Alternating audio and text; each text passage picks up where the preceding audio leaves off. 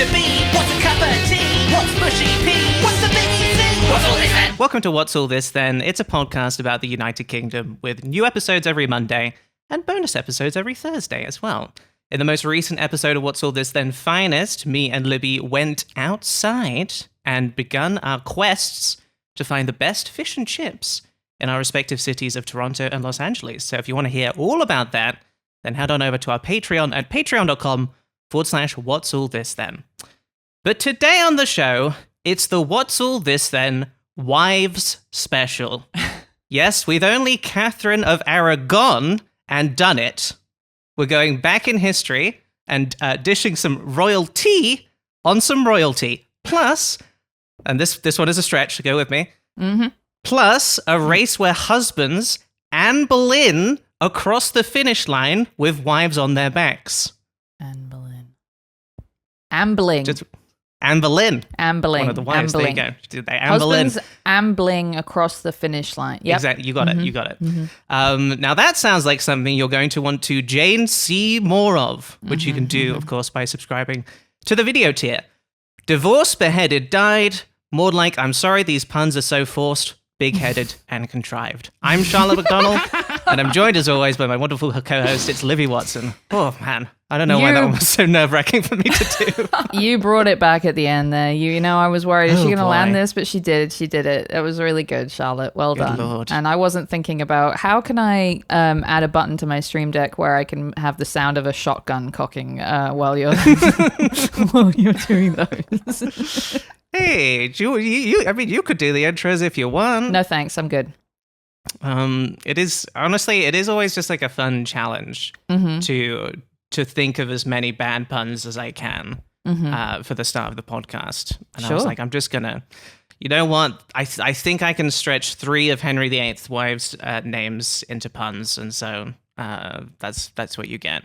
But anyway, how you doing, Libby? I'm good. There's nothing different about the setup here at all. There's nothing different going on. There's no other person in the room, is there, Charlotte? There's nobody else here. It's just me in my room. I can do anything I want. I could be kicking my legs under the desk. I feel maybe this is why I'm feeling wrong-footed today, because the podcast is, unlike you are insinuating, is actually different today because there's someone else in the room with Libby? Oh, that's crazy. Yep, it's pretty crazy. But before we introduce it, we have to do a bit of nattering, don't we? We have to say some bullshit, because that's how we do. We make the guest wait while we do some bullshit where we're like, oh, I've got anxiety. Oh, I've got anxiety today. Have you got anxiety today? Yeah, I've got anxiety today. Yeah. Have I already told you about the fact I spilled a bunch of tea on my keyboard? No. No? Did I not tell you about that? No, you didn't. That's so funny because it's tea and we're British. It's tea, so it's relevant to the podcast. Exactly. Yeah, But yeah.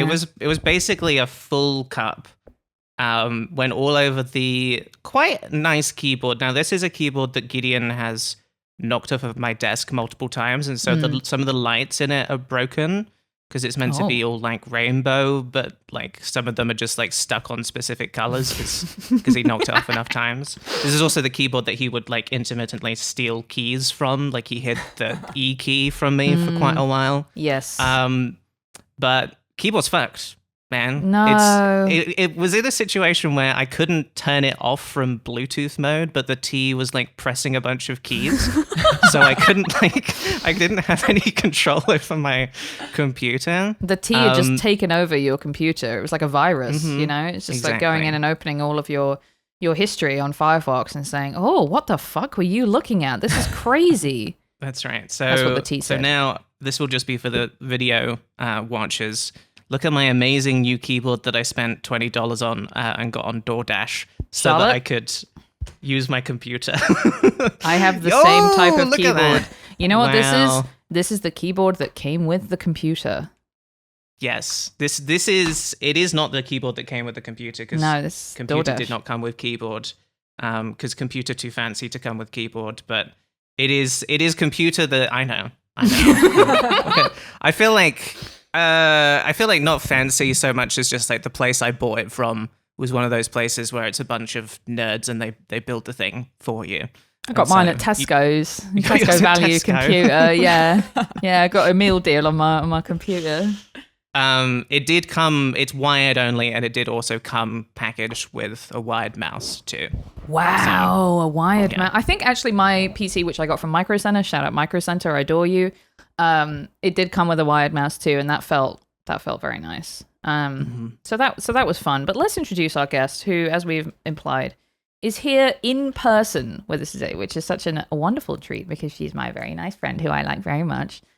She's a comedian and a writer, and she's the only person who would host a Simpsons-themed party with me. It's Dana Bell. Dana, hello. That's right. Hello, welcome. That was a great party. It was a really good party. I think about it often. Now let's go over the list of what we made. We made the Flaming Moe's. Donuts. Yeah, we made donuts. Nice. You made the sandwiches in the shape of, now what is it that Bart makes them Boy, say? this party sucks. Boy, this party sucks. Where he like rearranges the little finger sandwiches. Yeah. Mm-hmm. I don't remember what it says originally. I don't but either. He changes it Paddle to put boy, it this in. party sucks. And then I made like the tofu. I got tofu dogs and put a little Band-Aid on them of cheese. Like from Apu's the- terrible thing on the floor. Yeah. Yes. And then you made something else. I did make something else, didn't I? What That the was fuck very was it? impressive. Oh, okay. So I did go to a print shop and print out special Duff beer labels to put on some Budweiser. That's right. And I made nuts and that's gum. so nice. Yes. That's such a good touch. And that's because we were trying to show it to your friend. It was like 6 avid Simpsons enthusiasts who can quote every single line. And we were like watching episodes with someone who had never seen the show before. Yes. So the energy was very much everyone looking at her, this person who hadn't seen The Simpsons, and being like, isn't that the best joke you've ever heard in your whole life? Yes. And I think she was not enthused. Incredibly, that wasn't the best environment to watch The Simpsons. Yeah. I was going to say, that can you sounds imagine? like maybe the worst way possible to be introduced to The Simpsons. I will say, yes, that's absolutely true. It was a failure in that regard. I think it was a good hang. I remember getting really drunk from the Flaming Moe's because they had a lot of alcohol in them. Yeah. And they were very good. They were good. Yeah, they weren't actual. I didn't try to recreate the actual Flaming Moe recipe because that would be disgusting. It was like... It was what? Oh, sorry about that. Yeah, it sucks. By the way, That's okay. It was like some blackberry liqueur, and I put like a lime shell in the top and set it on fire because I'd been to a place where they do that with margaritas, and that worked really well. But they did have a lot of it was gin. That was it. It was gin and blackberry liqueur, and they were very drinkable. Is the problem? They were very drinkable. And I drank them. You guys sound like massive nerds who love The Simpsons like way too much, and It's that's true. crazy that you did all of that. No, that's genuinely delightful. I like The Simpsons. I definitely do not like The Simpsons as much as I know Libby does, but that still would have made me very, very happy. Well, You would have had a good time. Yeah. And I told Libby Yes. this, but I had a dream the other night that I was, my job was transcribing Simpsons episodes into the Bible. And they were like, this needs to go in the Bible. I wonder, do you think that you had that dream because we had been talking about, and this is a preview of our topic today, Wolf Hall? Because there's sort of a lot of Bible-y stuff and religion-y stuff in that. Yes, that's possible. I've also sort of been casually reading the Bible, so it's like a little bit top of mind. Yeah. But Where are you Who up to in the knows? Bible? I'm just checking it out. I'm just curious. I've never read it. I don't want to spoil it for you. Don't get too attached to Jesus, okay? Yeah, I'm so far away. I'm still in the Old Testament, so I'm on Numbers. I'm making my way through Numbers. Could not tell you what happens in Numbers. Honestly, I couldn't either. No. I think it's just a Bunch of lot of numbers it in is it. just listing Yeah. what you're not supposed to do. There's a lot of stuff that's like, here's what you do if you have a certain type of disease Yeah. and you have to like live outside of the town for a certain amount of time. Yeah. Very specific Yeah. to that time and place. I'm surprised this didn't get cut at some point when they figured something else out. It's true that I think my sense is that probably in the Bible there is a lot of stuff that is in other like historical documents, which is, and this guy had 7 sheep and 6 cows, and he had 1 yard of linen, and he had 3 beehives. Yes. And then this guy had 7 sheep and 9 cows and that kind of stuff. No, like truly, Yeah. paragraphs and paragraphs that are like, and this is, make sure if you're sacrificing to God, you bring a young baby sheep Yep. who's in good shape and A goodly sheep. a goodly sheep and a goodly lamb and a bull that looks great. And then it just repeats because there's so many different types of sacrifices you can make. Sure. So it's a fun window into the past. Yeah. I think there's a lot of time between the stuff that those of us who are not Christian know about. We know about Lot's wife turned into salt. Sure. And then I know about like Job or whatever. But Yeah. I think between that, there's like 500 stories about a guy who went up a hill and then came down again. Yes. And a lot of like people killing people. Yeah. No, and also some things are so much shorter than you think that they'll be. Like Noah's Ark is like 4 paragraphs. It's crazy. And then I like that. You don't want to drag out Noah's Ark just because it's one of the big ones. Right. You know? It's nice Yeah. to keep it succinct. It's like when the movie's only like, 90 minutes, like 85, it's just like, just get in, get out, learn about Noah, learn about all the Right. animals. Yeah, we we don't need don't to really number need- them all. right, Yeah. we don't need to know what they were doing when they were on the boat. We Yeah. don't need to know. Yeah. I mean, they're animals. We know what they were doing. They were shitting and pissing. Yeah. Mhm. And honestly, I'm surprised that they didn't include like, here's what you have to do with the shit and piss on the boat. Throw it off in this way. Yeah, you can only respect God by throwing off the sheep shit in this precise way. I think it would be kind of funny to be a Christian. If I had a Christian arc, would that be funny as a bit? Yeah. Especially if you were very into the Old Testament. Yeah. Christian, Which I Old guess Testament is just Christian. Jewish, but Yeah, whatever. it kind of is, isn't it? Yeah. Yeah. Oh, look, I have no fucking idea, honestly. And I'm sorry if that's not true and I said that and you're mad at me now. I do really like the idea of someone who's just getting really into Christianity but doesn't know about Jesus yet. Yeah. Slowly reading through the Bible. It's just Yeah. proper into this stuff, and I don't know who that guy is, and I don't know what the cross is, but Yeah. Right. I and can't it's wait gonna to be find it out. a big turn, a big shift. And then when they get to the Jesus, they're like, I don't like this guy. Yeah, I like the old stuff. I'm more of a fan of their early work, actually. Yeah. The all the slaughterings and stuff. That was Yeah. actually my favorite part. I like the slaughterings. Yeah, just like knowing who's married to who and Yeah. who had what children. Yeah, and whose fault it was also when stuff went wrong. Mm-hmm. Which women's fault it was when something went wrong. Which nasty woman cast a spell. Oh, there's so many. Mm-hmm. And casting fault on women, definitely something we'll get more into later on the podcast. That's a big one. Although I will say, I did very minimal research into our main topic today. Don't worry about it, babe. Yeah, because we got I it. know that Libby read like multiple books in preparation Well, for this one, which let's- is crazy. Lest somebody think what I was doing was research, what I read was an extremely good and, as far as I can tell, quite historically accurate, but still historical fiction novel about the court of King Henry VIII. But I think I got the gist. Yeah. And we'll get into it. I mean, And we'll get I into feel like it. most of it will just be recommending those books, but Yeah, we will. We'll Yeah, talk yeah. about other stuff. We will.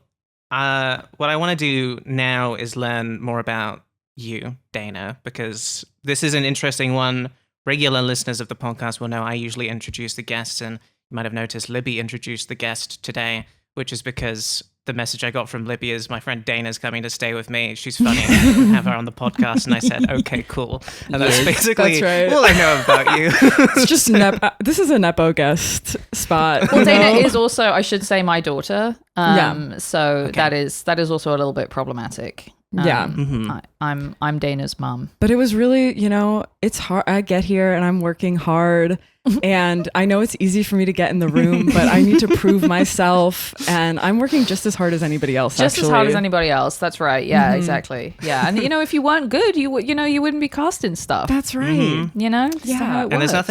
there's nothing like an appearance on the What's All This Then podcast to really jumpstart your career into, all manner of things. Really, it's the jumping off point for, anything. You Well, I mean, become. look, Yeah. we got episode of Stores. Maybe episode of Guys in your Ooh, future. wow. Maybe. You know, next year's YKS All Guest, which I think Sure. when this comes out, my episode will have been out. I went on YKS and did All Guest with Demi, and it was really embarrassing because what happened was JF's told us, I'm going to do All Guest on YKS where we have guests on, and Charlotte and I had just been on like a month before. But I was like, Jesse, I want to come on, do a main feed episode. I want to talk about Kickstarters. I was like, this is my like make a wish is if I got to go on and talk about Kickstarters with Jesse.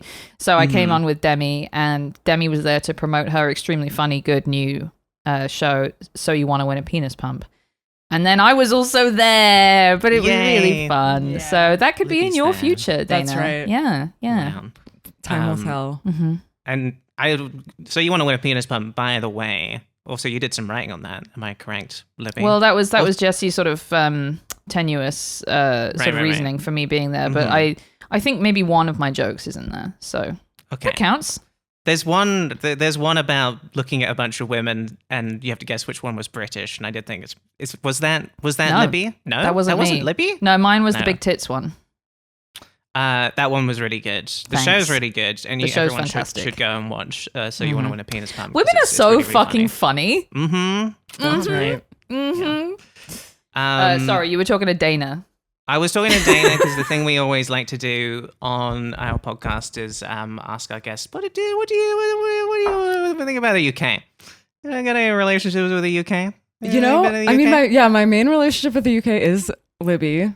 Technically, my family is from there many centuries ago. Ooh, we should do your family tree, Dana. My dad, I meant to ask my dad about it because he did go on, as older men are wont to do. He went on an ancestry deep dive, and he went to Scotland, where I think part of our family is from. Right. The lore in my family is that they were highwaymen on the English-Scottish border. Ooh. That's what I've always been told. That's so sexy. And then they moved to Ireland, and then they moved to America.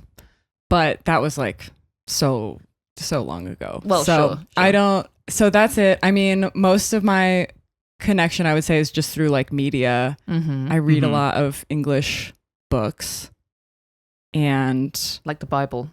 Yes. The most English book of them all. It's called the King James Bible. It's called the King James Bible. That's English. He done it. He did it. Yeah. What is some of your favorite? I mean, obviously we have shared a love for Escape to the Country. Escape to the Country. We love that. We love that together. I mean, any British YouTube show that we're watching, the like archaeology one. Time Team. I can't wait to do a Time Team episode. That Charlotte. one's great. God, the way you said British YouTube, and sort of like my stomach fell out from underneath. Well, it's not even really British YouTube. You didn't know about. Okay. it's like BBC stuff on YouTube, which I only encounter on YouTube, but it's not really. It's not a 16-year-old in their bath bedroom. No, playing the ukulele. No, nothing like that. No, I would never watch a British YouTuber, to be clear. That would be crazy. No, it needs to be like government funded somehow for me to watch it. I did watch a bit of a, we'll talk about it later, but BBC history documentaries sort of soothe my soul in a way that I didn't really realize until like a couple years ago. They really get to something deep in me because they're so shit. Oh, you know what I have been doing that's very British recently? Is the podcast In These Times or something? Okay, I've been listening to that before I go to sleep. Or because it puts me to sleep. That is a classic going to sleep thing. What is In These Times? I don't think I know this. I think it's a Radio 4 program. I want to say his name is Melvin Bragg. Yes. Okay. And it's just like a podcast where he has like 4 experts on a subject on, and then they give a rundown of whatever subject they're talking about, and then he asks questions. But the way he asks questions is so funny because he just interrupts them and sounds so annoyed and is like, "What do you mean? What is that? Can you explain what that is?" And it's like, but it's good. Yes. I mean, he gets because it's very quick, so they keep talking, and so you learn a little bit. I like to learn a little bit, not too much. Yeah, I don't really retain Just a any of little it, bit. but Not too much. Yeah. Oh, I've been getting recommended these YouTube videos that are they're called boring history to fall asleep to. oh And yeah. and the thing is that at least the channel that I got sucks because first of all, it has all this AI art, over the boring guy's voice talking about stuff, which why? It's for falling asleep to. Just have one static image that you get off the fucking, Getty Images or whatever you get off Wikimedia. Get a Creative Commons. All the art is out of copyright now because it's 500 years old. So just put that on. You don't need to we were watching it and there was an AI generated I don't know image of guys on a boat. I think it was about pirates or something, and they all had 9 legs. And I was like, you didn't need to do it. You didn't need to do it. And also, then you're agitated, falling asleep. Exactly. I would be mad. And also, I really like to be sure that the history I'm listening to is right. Yeah. Yes. And I just think that kind of channel is not it for me. I would much rather have Time Team on and fall asleep to Tony Robinson shouting at some archaeologists about how they've dug the wrong trench. Which is history in action, of course. Okay, so you like us though. Yeah, I think that there's some good stuff there for sure. There's some good output. We'll take it. It's a fun. I would like to go at some point. I'm curious. It seems nice. I think you'd love London. Yes, I would love to go to London. I'd love to go to Scotland. Yep. I'd love to drive around the country. I mean, I think just being influenced by a lot of novels, I definitely have an idea of oh, I'd like to just go wander around the moors. I'd like to just, walk across a field like I'm in Pride and Prejudice. Can I tell you what you'll find if you go to the moors? The moors are absolutely covered in sheep and their shit.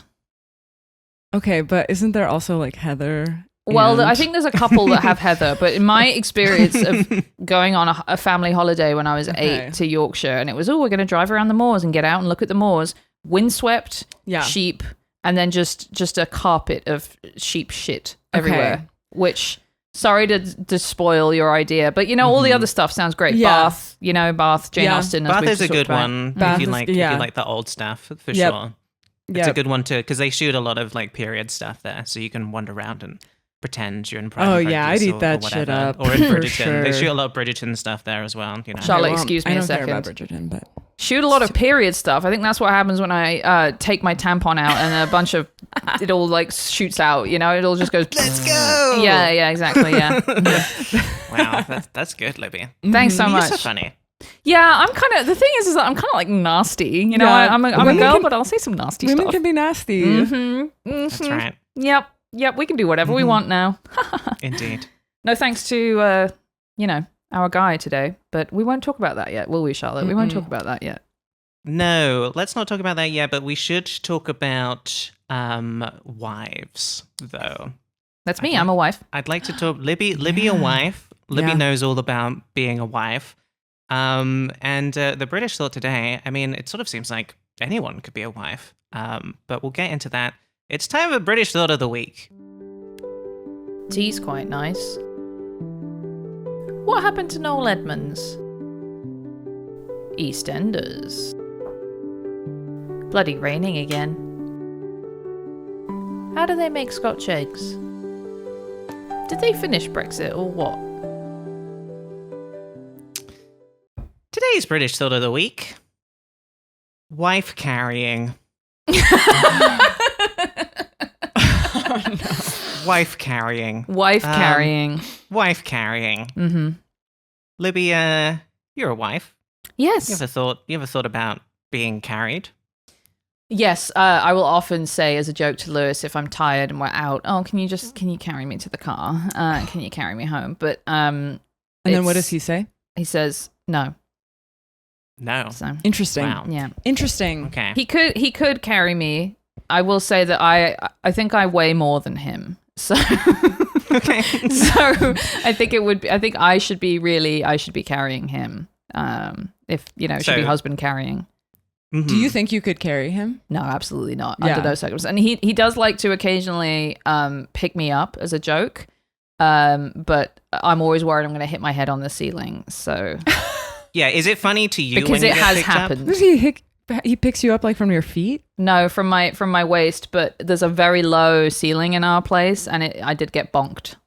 Wow. Whoa, Picking the up by way- the feet would be crazy. It would be. Well, this room we're in is pretty tall ceilings. So Yeah, I feel like if you it would picked me be up in hard. here, I'd be okay. But it was like where the kitchen, there's like a little sort of lower bit. What is that called when there's like a lower bit? You know, it's not like a transom because that's like a special thing. A doorway. Doorway, sure. Yeah, doorway with no door. Yeah, It's called a doorless doorway. Dang. The wife got bonked. Wife got bonked, but not in the way that she wanted. So sad. That is very sad. Hey up, Yeah. you know. We're talking about wife carrying today. In particular, we're talking about the UK wife carrying race. Wow. So this was a British thought that was submitted by Hannah Homfeld. Shout out to Hannah, who Our goat. sent us like the goat of British Thought of the Week. When we first asked for British Thoughts, sent us like 30 of them. And so we're spreading them out. But today, you know, we'll be getting into wives later. So no, why not hit some wives now? That's No, I shouldn't don't. have said it in that Don't way. hit Why- your wives. They don't Shouldn't like have said it. like that. They don't like it unless they ask you to. That's something else. Don't do that unless it's consensual, everybody. But carrying wives, now that's something we can all get behind, right? So Hannah said, "Oh yeah, you should do wife carrying," and I was like, "Yeah, I'll do wife carrying." And then, well, you said to me, Libby, actually, you said to me something that you told me not to say on the podcast. Let's paraphrase what Libby said. That our country is a bit silly, isn't it? after you heard about wife carrying, you said, Let's just check we're all a exactly bit what I silly, said. aren't we? Yes, I said, what is yeah. the British thought again? It's it wife carrying or something. And Charlotte said, yep, wife carrying. And I said, stupid country. I'll only say that here. It is. That's right. Mm-hmm. Okay, so I was like, oh yeah, wife carrying. We'll add this to like the pantheon of like stupid British sports, right? Yes, one of Makes our sense because there are so many of those, and we've been talking about a lot of them. The first thing I discover about wife carrying is, of course, that it originates in Finland. So we're off to a great start with this particular British thought. Really, really good stuff. There they call it Yukon Kanto, which I'm sure I am saying perfectly correctly. And that's where the World Championships are. But to get around that, we're talking very specifically about the UK wife carrying race that happens in Dorking, which I did want to flag as, I mean, that is truly one of the best British place names, I think, is just Dorking, you know. Dorking. And to be clear, because our accents are so funny, it is spelled D-O-R-K. Because, you know, we would say Dorking as in Richard Dawkins, the same, which is Dorking. Dorking. I'm from Dorking. I'm carrying my wife in Dorking. Carrying my wife in Dorking. Carrying my dorking wife. Oh boy, it's my dorking wife again. I have to carry my dorking wife over the threshold. One thing I did find out though is that again, so this, I feel like this does come up a lot. Is like this sort of old history that cannot be verified, and it does seem like the people who started the wife carrying races in the UK would, despite the fact that they seem to know that it originates in Finland, do still want to try and claim it as originally British if they can. So irritating. Which is, again, this tends to come up. So I was on the older website for wife carrying, and they said, we think that wife carrying may have started with a little help from our Scandinavian cousins. Oh, come on. What became the UK when Viking raiders ransacked monasteries and villages in the northeast coast of England in 793 AD. So that's what they say. That's the bullshit that they're putting out. Cap. But It's we cap. can also That's crazy. Yeah. we can use that as justification to be like, well, maybe, Right. maybe it was British. Right. So like Vikings came here, they brought it, and then because that part of the world was then Britain, it was thus became British. Come on. Well, also, why do they Yeah. need to have invented it? Why do we need to have invented Why it? can't they just I do don't it? know. It's just ridiculous. Here's a fun fact about Finnish. I know Finnish is the only European language that doesn't come from Indo-European or Huh. like it comes from a different root, and like languages that are related to Finnish do not come from the same root as like German or French or like Latin. All of those come from the same, proto like language so it's very different from all the other languages. And it does look weird. Very different. Mm-hmm. It's a very cute language. Yep. I'm going to Finland in a month, so I've been looking at some stuff. Yes, I forgot about nice. that. It's so And exciting. it really looks like a language for mice. It's just got so like to say my name it's like Minunini and Minunini and Dana. And then it's like I can't remember what this means, but there's like Hasko Tututoi. It's just like I don't know, I just can't. That's so nice. Oh my god. Yeah. I want you to go to a Finnish McDonald's, and I want you to hear how they say like McChicken in the mouse language. God, I bet it's so good. Mini McChicken. It's something like ooze. Yeah. It's one of the ones I only know from like playing GeoGuessr. I think if I'm remembering it correctly, does Finnish have the double T's? I feel like that's what I'm looking for when I'm trying to find Finland. It has a lot of like double vowels. It's got a lot of like double, not double U's, but double U's. Double U's. And then Double the U's. like U. umlauts and stuff. And very long words. Well, anyway, they came up with wife carrying, apparently. When you're in give them Finland, that. can you look out for any wives that are being carried and then just take a picture of us? Oh my gosh, of course. Thank you so much. Just That would be a normal thing they do. Yeah. I assume. Let me show you some wife carrying. Well, I should say that the world championships do take place in Finland. But we do have our own version of it. And if you manage to win the UK race, then you do get to enter into the world championships. I pulled up a video here. Do you guys want to just, before I play it, do you guys just want to sort of try and describe exactly what it is that you are looking at? It's awful. I don't like it. An awful scene is arrayed before us. Yeah. It's like a reverse piggyback. Mm-hmm. Yeah, right. is this it's not a fireman's carry, because No. what it is, and I'll take the bullet of being disgusting here. The fanny is sort of pressed up against the back of the neck, and she's got her legs wrapped around him, but not in the way where the fellow would be noshing on some minge, but it's at the back, and so the legs are sort of slung over the shoulders backwise. Well, and she's in a position to nosh on some minge. That's true. On his minge.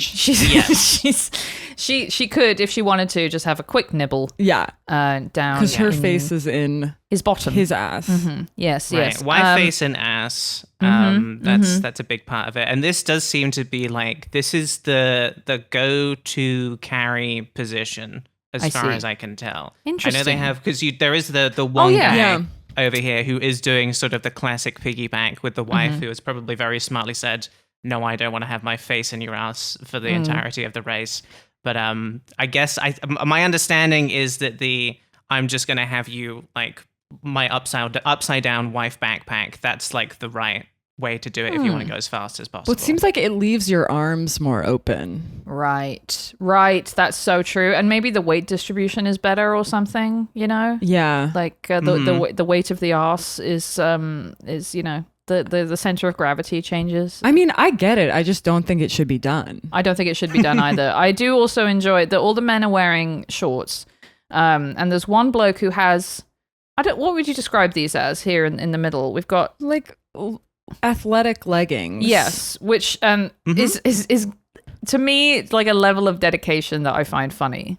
Yes. Because he's gone into his athletic drawer and been like, well, obviously I have to wrap my legs, Well, I don't like that the wives are wearing helmets.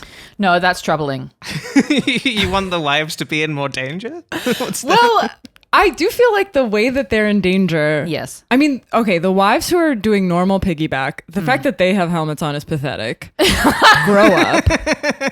Then the wives who are doing the reverse piggyback thing, a helmet, the danger is falling and like compressing your neck to me. Yeah. A helmet's not really going to help you. Well, and also it just sort of tells me like maybe this is something we shouldn't be doing if we need a helmet for it. If we need to have mandated helmets, perhaps we don't, you know? It makes me respect Right. the wives less. Yeah. Okay, You should be now, willing to die for your wife carrying, I think. Before Yeah. I even show you the video, I feel like we do need to get to the topic of the safety aspects of the please. wife carrying, right? Because since it's come up, because I'm trying to remember who made it.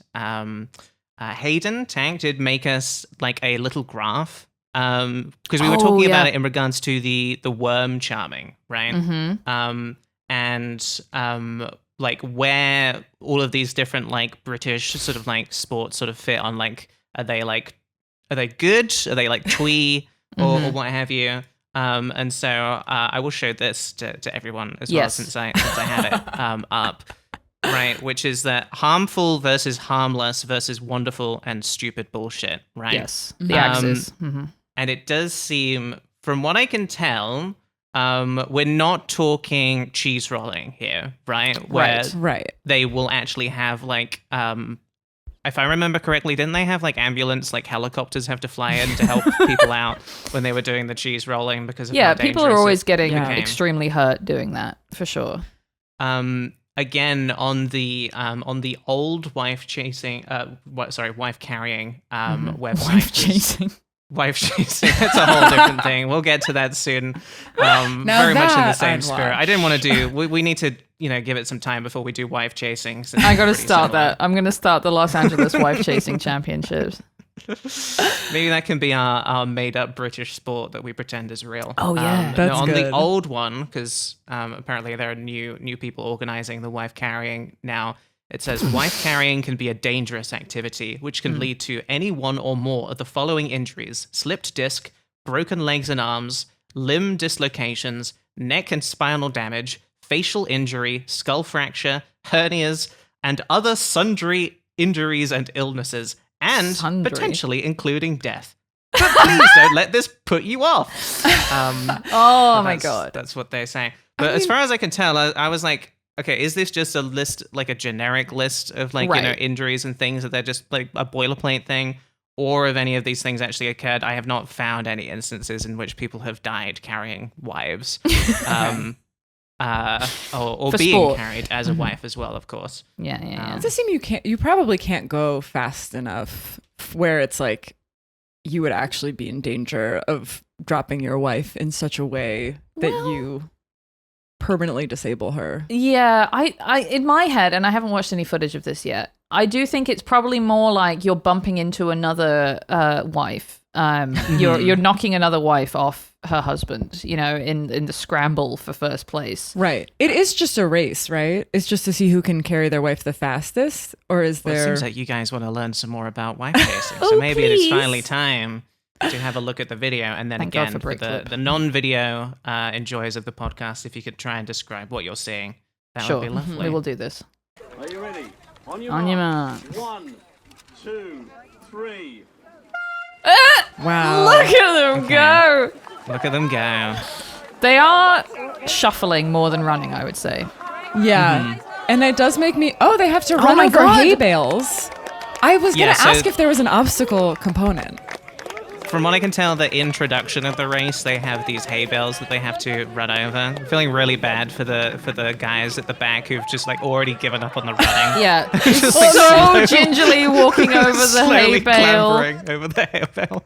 Exactly. So my understanding is that it starts with you run over the hay bales, and then basically you run to a point and then run back, and then so this is them running to really pathetic sort of marker. It is very picturesque, and I respect the venue that they've chosen. Oh, it's gorgeous, yeah. Yeah. Where is Yeah. Dorking? They're getting Okay, water and- splashed on them. Yes, so this is the Oh, other horrible. this is the other fun part of wife carrying. Just guys. seeing the helmet and her face just bouncing Yeah. against his upper Yes. upper butt. Yes. on the return journey when they have to go back over the hay bales, then there are just a bunch of people just with big buckets of water and like water pistols, and then they just give them a little squirt, and that's how they do it. I think you could tell from the start that guy was gonna win and wanted the most to win. Yeah. Yes. So that guy and his wife are they were the winners. So that was the 2025 wife carrying race, right?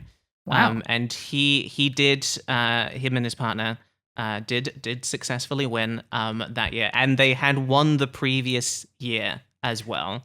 There's So always they are, some like- sweaty tryhard who's like, I'm gonna be the best at wife carrying or cheese rolling. You know, like that person who had the Netflix documentary about them, who's like in a family of cheese rollers. Right. Yeah, right.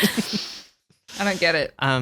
So they've been doing their thing. Stuart and Hattie have won the last 2 years in Lovely. a row. And I do also want to show you the end of this, and you can get so at the end of it, they win a big barrel of a big keg of ale, local ale. Of course. That's their big prize. So pictured here is the two of them just holding that thing up and being like, yeah, we did it. Fantastic. Champions indeed. Champions indeed. It does say champions on it. It does, yeah. So that's how you know. Now And this how long has this been going on? I feel it's all down to Hattie. She was able to hold on. She's the strongest part of our partnership. Without her, I couldn't Scottish. have even been in this race. So really, thanks to you. he's Scott The- Scott the- identified. Of course, this year is different. So they have that right angle right at the start, which didn't have last year. That I think that led to me just having really, really tired legs. But I had you to encourage I me felt that right angle. from behind. Keeping up the rear, that was really good. I do appreciate the respect he Yeah. puts on the wife on this. Sure. You know. No, you get put down. You're like, where Where am am I? What happened? You can't really see what's going Oh, on. in the and race, you're so upside down I'm for just so pressing long. into Yeah, of go as course, much as yeah.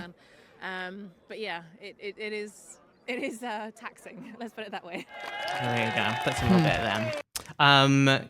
You were asking how long has it been going on? Well, because I'm just two- curious. I would love to Go ahead. follow up with the couples Yes. who won Mhm. and see how many of them are still together. Oh, this was the beginning of the end for us when we lost the wife carrying championships. I Yeah. want to know. He never got over it. Yeah. Does where you place in the wife carrying contest, does it impact your longevity of your relationship? Yeah, no, that's it is a marker of how good the relationship is really nice. But also, if these two do not win next year, like Yeah. what is that going to mean for their relationship? A silent car going ride forward? home. Oh boy, that would be. It's been happening since 2008. They've been doing. that's not Okay, long so at you all, could get is it? some good data. Oh, I think that is long. Yeah, I mean, it's long. It's definitely long enough for people to get divorced. Yeah. I was just hoping for some Yes.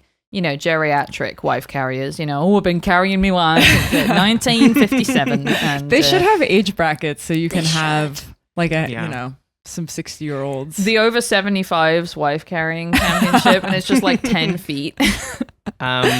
Speaking of old wife carriers, they do have a lot of like other prizes. So yeah, they get a barrel of local ale if they win. If you are the oldest carrier, you receive a tin of pilchards and a jar of Bovril. You know That's funny. from before You receive the a war. what That's of it what says. and a what of what? A tin of pilchards? A tin of pilchards and a jar of Bovril, of course. What is any of that? Can I guess? Yeah, Can I please. guess? Mhm. Okay, a tin of pilchards, fish, Yes, and Yes. what was it? Can of Bovril? a jar. A Jar of Bovril. Mm-hmm. Is that like a Marmite thing? Is that kind of? It sounds like it should be, but no. I think Bovril is like Horlicks, isn't it, Charlotte?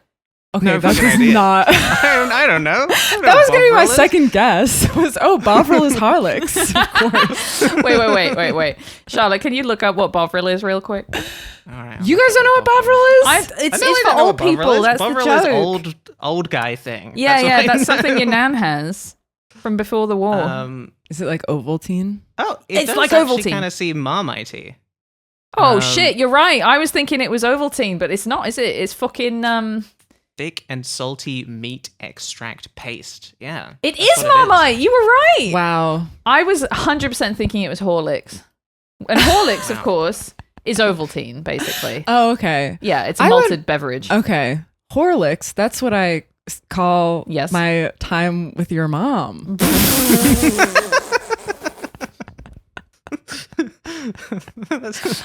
Dana, and I'm so glad you guys Reminder had that that Libby's time mum is together dead. before she died. Yep. She loved it. You Yeah. know? She did say to me at the end, I was just like, I really miss Dana. It was really beautiful. It was a beautiful time. It was a beautiful time in both of your lives. Yeah, no, I remember being given Horlicks by my Bye. nan. Oh, your dad. Oh, your nan. My nan, No, your nan gave me some Horlicks, and I felt really grown up because I was drinking. Libby, that's not okay. She said, "Don't tell anyone." Oh no. No, it's quite nice because malted things are nice, aren't they? Oh, sure. Malt shakes, malted milkshakes, Yeah. malt balls. Mm-hmm. Back to wife carrying. The other thing you get is if you are last place, you get a pot noodle. It says ceremonial pot noodle and dog food. Is what you Okay. get if you That's come funny. absolute last. Pot noodle So is that's- do you think a pot noodle is a whole episode for us? I think it might be. When we get to like episode 170, I think we're gonna be in doing a whole episode about pot noodle territory. I think we could do a whole episode about pot noodle because I feel like to me, Americans eat ramen and that's their cheap They cheap do. thing. And They then know. I don't feel like I really knew what ramen was for a very long time because I only knew pot noodle. I That's knew right. nothing but pot noodle. And I guess I just assumed that was ramen.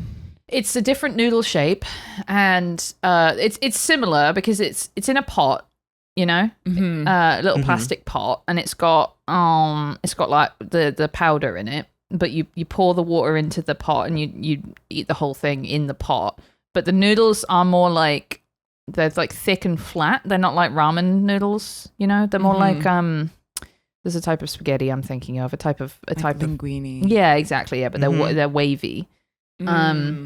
I'm realizing I maybe had a pot noodle once. And so What? when we in the future do the pot noodle episode, I'll need to some. get a pot noodle. They and don't enjoy hold it. up, I can tell you. I had would one. imagine they are pretty shit. Yeah, for they sure. suck. I used to eat them a lot when I was a kid because it was something you could make for yourself with simply a Right. kettle.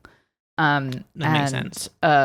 It's also like a sort of classic like student food, like students eating pot noodles, that kind of thing. So that's why I think it is a sort of joke, a funny joke to get one as a last place prize. Yes. Also, the carrier who completes the course with the heaviest wife will win a pound of sausages, and then also gets a pat on the back from all of the other carriers in the race. Oh, and I don't like that. And I don't like that one don't bit. like that. It's really weird because they do need to weigh the wife. I'm out. Because this is Why? another question I had. Is it's like this is all very heteronormative shit, right? Mm-hmm. It's all boys carrying their honeys. Mm-hmm. So I was like, but it's 2025, guys. Yeah, Have we expanded the definition of wife and who is allowed to carry the wife? Can a wife carry a wife, for example? Can a wife carry a wife? So this is currently how it stands. Males or females carry a quote wife brackets who must be alive, human, and at least 18 years old. So they I don't basically like the say alive. No. if you are specification. alive is crazy, isn't it? Was anyone trying to carry a dead wife? It I does mean- make you think that. It makes you doesn't it? think, you know? Yeah, because they would. Um, A man, he would do that. He would do that He would to do get that. ahead in this sickening world that we Yeah. live in. Mhm. Yeah. To win that ale. But it does seem like they are. I guess again, it feels like they're trying, right? Sure. Mhm. It's always weird when you're like males or females instead of just person. Yeah. But yes. the definition that they have of wife does not seem to have any gender associations with it. Right. anymore. It sort of reminds me of the Chap Olympics. Remember when we talked about the Chap Olympics and it was like, you have the chaps and then the chapesses, and it was sort of very gendered, but then it also clearly like they were again sort of trying but not quite getting there with the language that they used about it. But at the same time, I'm sort of like, is this the most important front in the wars for equality to me? Is the Dorking wife carrying championships? No, but I just wish they'd get it right. Also, yeah, I'd like to get it right. I also feel like I don't like the weighing thing. The weighing thing is worse than anything else. I don't see why they have to weigh. And also then I feel like if you're going to weigh, then it should also be like, well, the weakest man has to get a prize. I completely agree. The shittiest little man, the man with the smallest cock gets a prize for. He gets like a like a sausage. What are those like little cocktail sausages? He gets one of those. Vienna sausages. Yeah, exactly. Yeah, because that's. Yeah, I don't. That really changed my tune on that. It is changing where it goes on the harmful to harmless scale to me. Yeah. Because it was already getting closer to harmful because of the women having to wear helmets and the possibility of neck injury or death. It is inching closer to harmful there with the idea of these men weighing in their wives and I assume making fun of their mates for having a heavier wife than them and things like that. That's it's opening it up to that for sure. Yeah. And they do make it so that if your wife is under 50 kilograms, then you have to wear a rucksack filled with tins of flour. Is the thing. Well, at least that's how they used to do it. How much is 50 kilograms? If that's still the thing. I think it's pretty light. That's 110 pounds. Mm-hmm. Okay. Well, now I'm saying we're body shaming skinny right? women. Exactly. Yeah. They can't get it right. Yeah. What if we just didn't do that? Or what if we do sort of like like in a bonfire night, you have the guy or whatever. What if we don't have real wives? What if we have an array of like straw stuffed wives, and then you can go crazy and you don't have to worry about their helmets. Yeah, but then we're entering into like I feel like we're diminishing the role of the wife in the wife carrying, right? Because it's very easy to look at wife carrying and be like, it's all about the carrier. But I do feel like it's difficult maybe to see it when you're looking at it, how much effort it probably does take to be a backpack, to be upside down that whole time. It really is such a good metaphor for heterosexual relationships where it's like the man is just to be a backpack. It's you're upside down. Yeah, your brain is getting muddled all the time, and everyone's saying, "What a good job the husband's doing for carrying that awfully heavy wife." Isn't she terrible? And she keeps complaining. Also, wouldn't it be nice if we could replace her with a straw woman?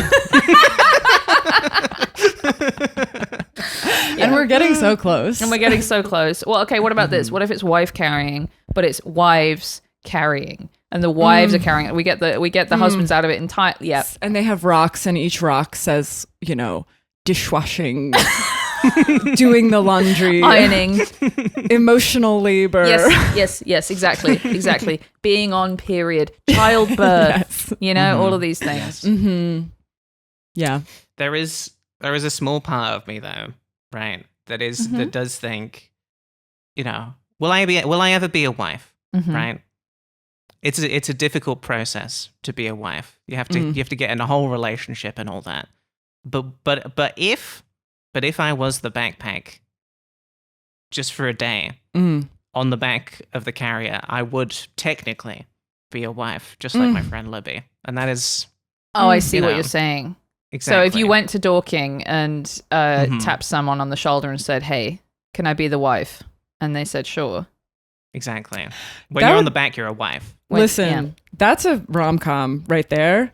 You try and get with someone just to win the Dorking wife carrying championships, and then guess what? You fall in love. We have to cut this out immediately and pitch it to fucking Hallmark for one of their because it seems to be like this also should be an episode, a whole sort of cottage industry of like Christmas movies where a man or a woman moves to England and meets a man or a woman and falls in love. There's one that just came out called My Oxford Year. Yeah. Where that one has been, because I watch a lot of movies and I'm always looking at what's popular this week on Letterboxd, and I'm always confused to see My Oxford Year is so high up on that list. Yeah, and I did read how it ends. How does it end? Well, can I spoil it? Can you please spoil it? So this girl goes to Oxford. I love reading just plot summaries for these types of movies. Very smart. I just like to know what they're up to. And so it's a girl, she goes to Oxford and has a very British experience. and falls in love with her professor, and then is worried that he's not invested in their relationship and that she's getting, duped by some sexy British professor. But it turns out he's only doing that because he has a fatal disease and then he dies. Oh my God. Which That is also, sucks. I feel like that's a Wow. whole subgenre, is just British people having, like, a romantic thing is like having a British Disease. paramour and then someone dying suddenly, Yes, I think that is a little bit of a trope, in part because so many of these are either like stories from the 19th century or older, or they are consciously imitating those stories where people were dying of shit all the time. They were That's getting true. consumption. They were being consumed. Cholera. Yeah, exactly. TB. They were having an awful time. And so if you are, for example, an American and that's been your exposure to British stories, and you're like, okay, I'm going to write one of these British stories. Yeah. And, some chick who lives in modern London suddenly dies of cholera, because you're like, well, that's what happens in these stories. Right. You're like, wouldn't it be great if I fell in love with a British person and then they died? And it was so beautiful. The most romantic thing you can think of. You fall in love with a British person, but then you don't actually have to live with them or in Britain because they die. Yeah. Right. You get to go back. You get to go back and be like, oh, I miss my British wife. My beautiful British husband. Yeah. Who would have been so great if he hadn't died. He would have been so good at carrying me, but unfortunately he did die of humours. So hate when my humours die. His humors were all out of whack. Yeah, it happens. The black bile was rising. For sure. Yeah. Well, that's it for wife carrying. That's all of the information. So, I mean, I kind of do want to figure out where on the graph we would put it, because in my mind, it honestly feels like it's going pretty much in the center. Yeah. I think Right? what it is You know? like, can you pull up the axis again for us, please, Charlotte? Yeah. Because to me, I think it is very slightly in the top right, where it is getting towards harmful, is definitely stupid bullshit. I would put it quite far on the right, actually. Towards stupid no, bullshit. it doesn't feel. It's not like so stupid bullshit that I'm putting it all the way over at the right, but it's more stupid than it isn't. For sure. I feel like it's sort of like right above Dwyle flunking, but in the blue. Yeah. Maybe a little to the left. I think it is roughly as stupid as Dwyle Such flunking. a good sentence for the people who can't see the graph. Right above Dwyle flunking, but in the blue. And if you don't remember what Dwyle flunking is, you're not a real fan of the show, and you have to go back and watch the episode with Tom, because Dwyle flunking, oof, we hated that, didn't we, Charlotte? We did hate. We did Dwyle hate it flunking so much. quite a lot. And I hate wife carrying a little bit less. So yeah, it's in the blue though, for sure. It's in the blue. It does feel, even though it's Finnish, it does feel very American to me. Yes. You know what it's reminding me of is the wife calling at the state fair. Yeah. What was that? I feel like I've heard of the wife calling. Well, it's actually husband calling, isn't it? It's the wives, calling. the wives who call for their husband. And there's like the video that I remember. There's one woman who is clearly just an absolute fucking boss at it. She is the reason for the sport's existence. And then a lot of other people do like sort of jokey ones, where it's like they have little jokes in it. But then there's this one woman who just straight up like yodeling to the idea is to bring your husband back to the house in order to From the fields. From the fields. Yes, exactly. Yes. It's quite wonderful. I do like the version of that's just like the people who just holler, and that's the whole thing. The good Hollering. American hollering is good. It does. Wife carrying does also happen in the United States as well. So they do it over there. That's what I'm saying. Like, the thing that bothers me the most is that they have to pretend that they invented it. Totally. Let it be an international very annoying thing, and just say we got it from the Finns. Yeah, exactly. And it is something where it's like it's not so distinctively British. Like cheese rolling to me, that is. I understand that could happen anywhere, but there's also something about it that feels distinctively British. Even Dwyle flunking, which is made up, was made up in the 60s. It's not a historical sport. It is British feeling. Yeah. There's nothing inherently British about carrying your wife. No. Just before we end off this, I did just remember that I had one other image Please. of a wife carrying position. This was from the Sun. So this is one I don't know what to do. The anymore. 69. We have just sort of the straight up 69 That is position A here. tactical 69. Okay, and then with the sun, with the caption here, my hold lady, ... wife gets swept off her feet. And then, of course, the What? pun there is my old lady. Oh. But it's hold lady. And yeah, she is... Being holded. She's being holded sort of, I would say, inches below cock height. Well, and the one, Yes. there's another photo where someone is doing the backpack, but their feet are kind of, they've picked up their shins. Yes. So their feet are, I'm sure they're sort of gripping. She's holding on. Yeah. So that's kind of interesting. where She's like a full-on that's backpack. an active. And of course they won. Winner Matt. Because that, I mean, again, if your wife can do this, that seems very clear, like, to be a good strategy, because the man is not having to think as much about holding Yeah. on to the wife. She's doing And this all the is, of holding. course, classic The Sun here to just say winner Matt. Yes. There's only one person involved Better in this whole half, thing. ... I know they put some effort into one pun and then the other one's carried away. Couples race. Okay. Also, better half winner Matt's shorts, teeny tiny.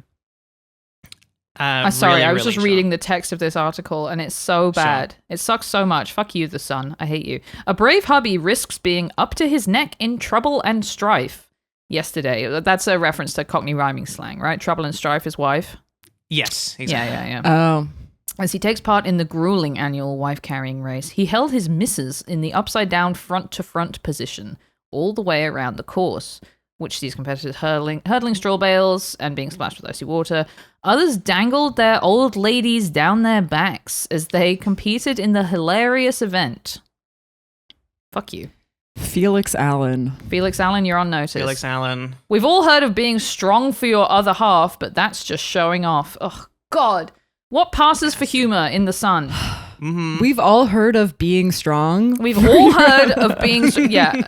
completely baffling. We've all heard of being strong for your other half. Oh, head of being strong. I haven't heard of that, actually. I certainly won't be doing it. No.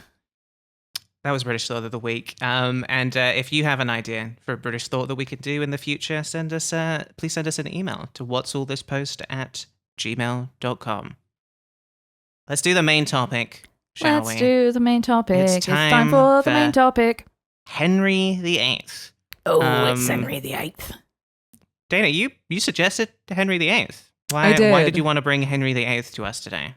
Well, I don't know. I guess I am very interested in that period of history.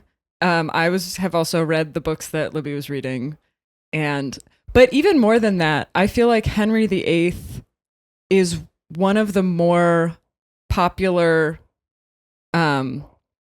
topics that you learn about outside of England, Yes. where it's like it's a very big cultural reference in America, where it's like it's very important that as a child they're teaching us about this man who had 6 wives and he killed all of them or whatever. Yes.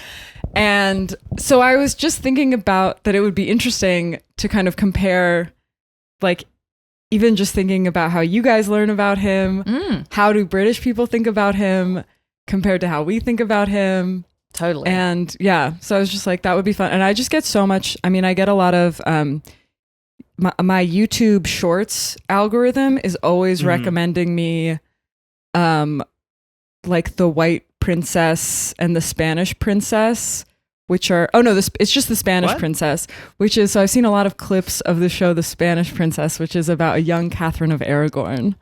So it's always top of mind. okay. I'm Wow. always sort of thinking about it because whenever I watch Okay, well, YouTube shorts.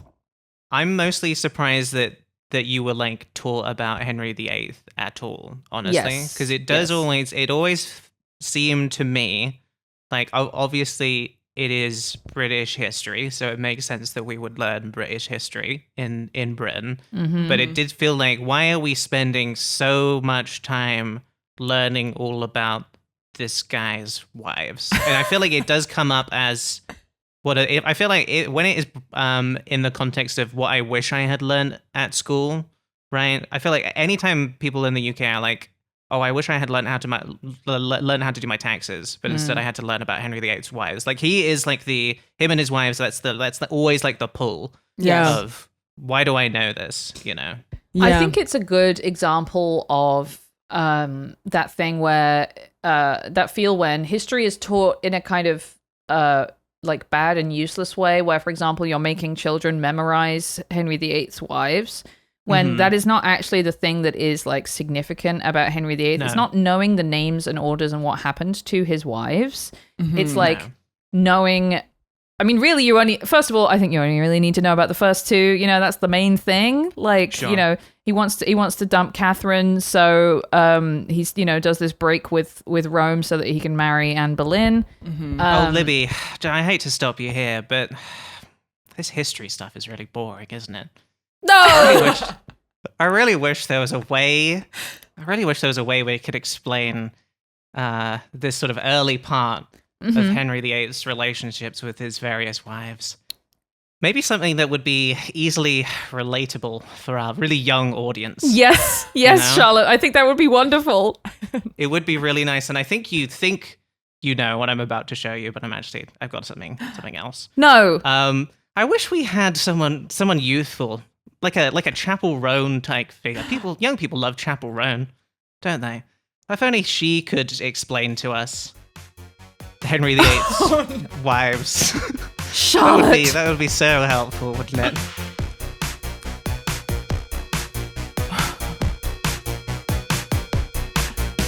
Thought you were the one, my Queen of England, but when I look at you, all I see is high treason. I don't want the world, just a male heir. You gave me a girl, and that's just not fair. Baby, do you like your head? 'Cause I'm thinking you'd look better dead. Anne Boleyn, I think we're done. Now go have some fun in the Tower of London. Catherine of Aragon had to go, but the Pope, he said no. I split the church to get annulled, 'cause I thought that Anne Boleyn was my world, but she can't produce a bloody son. So me and you, Anne, yeah, we're done. I know we're wed, but off with your head, 'cause I got my eye on Jane Seymour instead. G-O-T-T-O-G-O. My wife's head has got to go. G-O-T-T-O-G-O. This shit's just like Game of Thrones. G-O-T-T-O-G-O. It's still My going. wife's head has got to go. G-O-T-T-O-G-O. I heard that she fucked her bro. Charlotte, you said you God. didn't do any research for this. And you know But the then I whole thought thing. it would be funny to do a parody song about Henry VIII, and I had to do Amazing. research. Then you had to do research. Unbelievable. So I could write She's the lyrics fucking. to She's the knocked song. it out of the park. And you know, I didn't even know the song. So that was. Oh, really? You don't know that song? You don't know how to go? I don't. It's not the national. You should have parodied the national. Yeah, exactly. Yeah. Yeah. Could you do one for Blood Buzz Ohio next time, please? That That was was so fucking incredible, good. Charlotte. Thank you. That was crazy. I did just one of those things. I got possessed by the Yeah. desire to make a parody song, and then there we are. And that really is the whole thing you need to know, basically. Mhm. Yeah. That's it. Yeah. That's the most. That's That's it, most really, of it. right? You know, I'm curious, Charlotte, how much you knew about Henry VIII and all that stuff before you started researching in order to write your parody song. Not very much, right? Okay. I remembered divorced, beheaded, died, divorced, beheaded, survived. That's right. Because that's the main thing you learn in school is that little. That is what we're taught. rhyme. Yes. Yeah, I think we For sure. will learn that also. Yeah.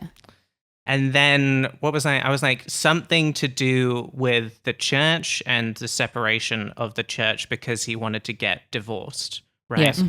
This is what I remembered pretty much. I could probably pull the name Anne Boleyn out of probably like one of his wives, but not entirely sure, and just like a woman from history. But I really couldn't remember much more than that, I think. Right. Yes, I think I was about there with you before I started reading Wolf Hall, which is the book that I read to sort of research this. And Dana said it as sort of a joke. She was like, "Oh, just read Wolf Hall," and then I just fucking did, and it's so fucking good.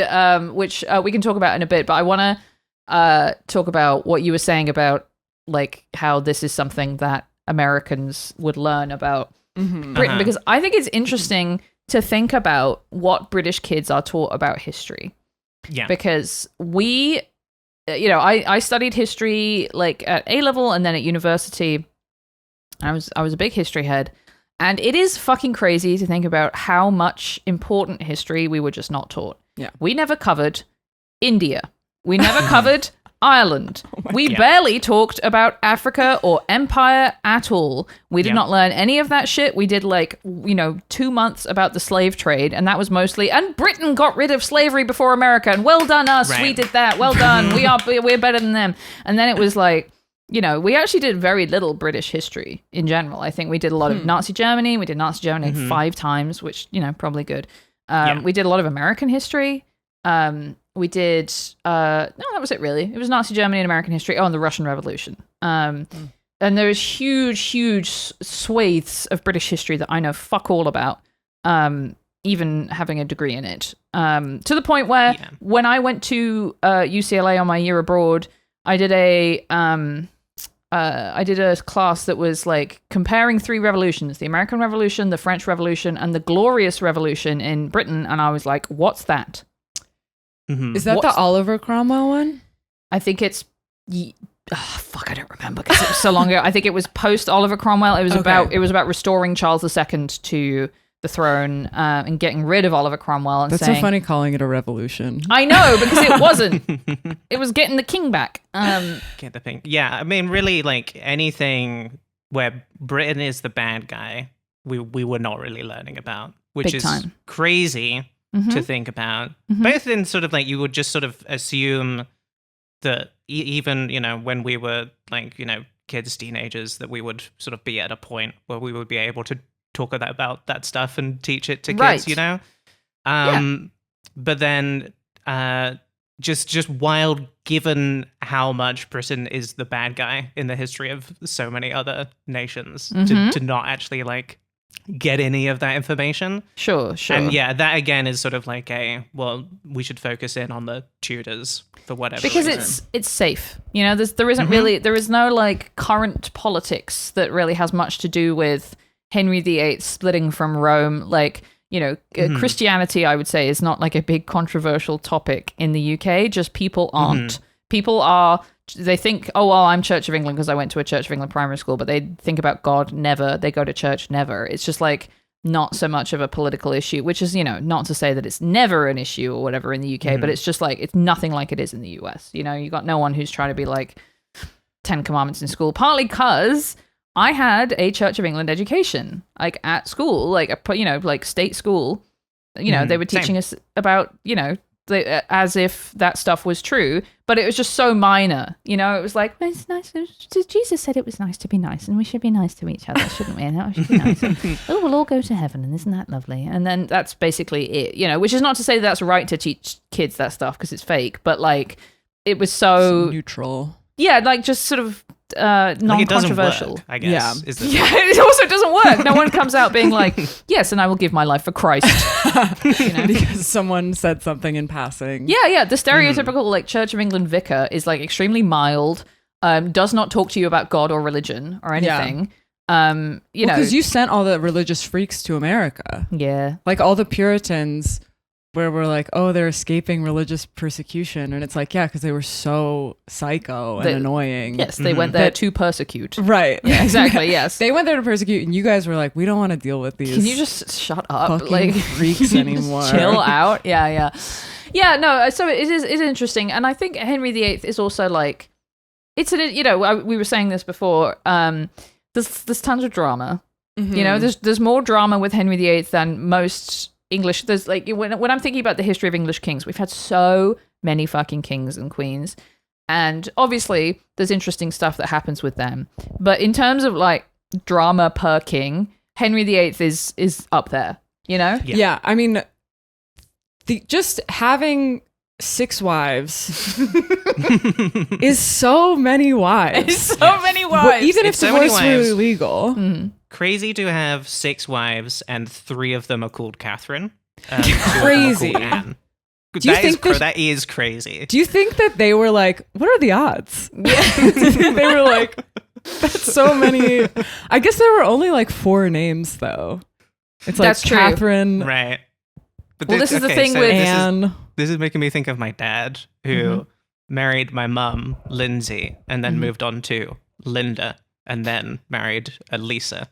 It's basically the same situation. so my dad's that- basically Henry VIII. That made Yeah. me think that your dad has a tattoo that's like I heart L-I, and then he's just like, you know. Scrubbing. Yeah, exactly. Yeah. Writing yeah. the rest in The Sharpie. letters keep getting Exactly. further and further away. Yeah, exactly. Yeah. But no, it's very interesting. I can't recommend enough reading Wolf Hall. I Yeah. am most of the way through the second book in the series now, and I'm very excited to read the last one. What a fucking good book. This trilogy is incredible. I can't recommend it enough. It won the Man Booker Prize. I think all 3 books won the Man Booker Prize. So it's very legit and good. And then there's also a fantastic BBC miniseries with Mark Rylance and Damian Lewis that they just released the final season. Oh, just And- released the final season. Okay. Yeah, they 'Cause released- when Libby was like, "You should read the book," I was like, "I have such a brain block on reading right now." I was like, well, I could maybe watch the TV show. Yeah, the TV show is also great. And it is a TV show where you will feel like you're reading. It's Okay, one of that's those nice. where it's like a thinky because it's slow. It's a thinky. It's a thinky thinky. TV show. Because it's And- history and stuff. It's very good. And I finished it yesterday and I cried. Oh, Yeah. I'm.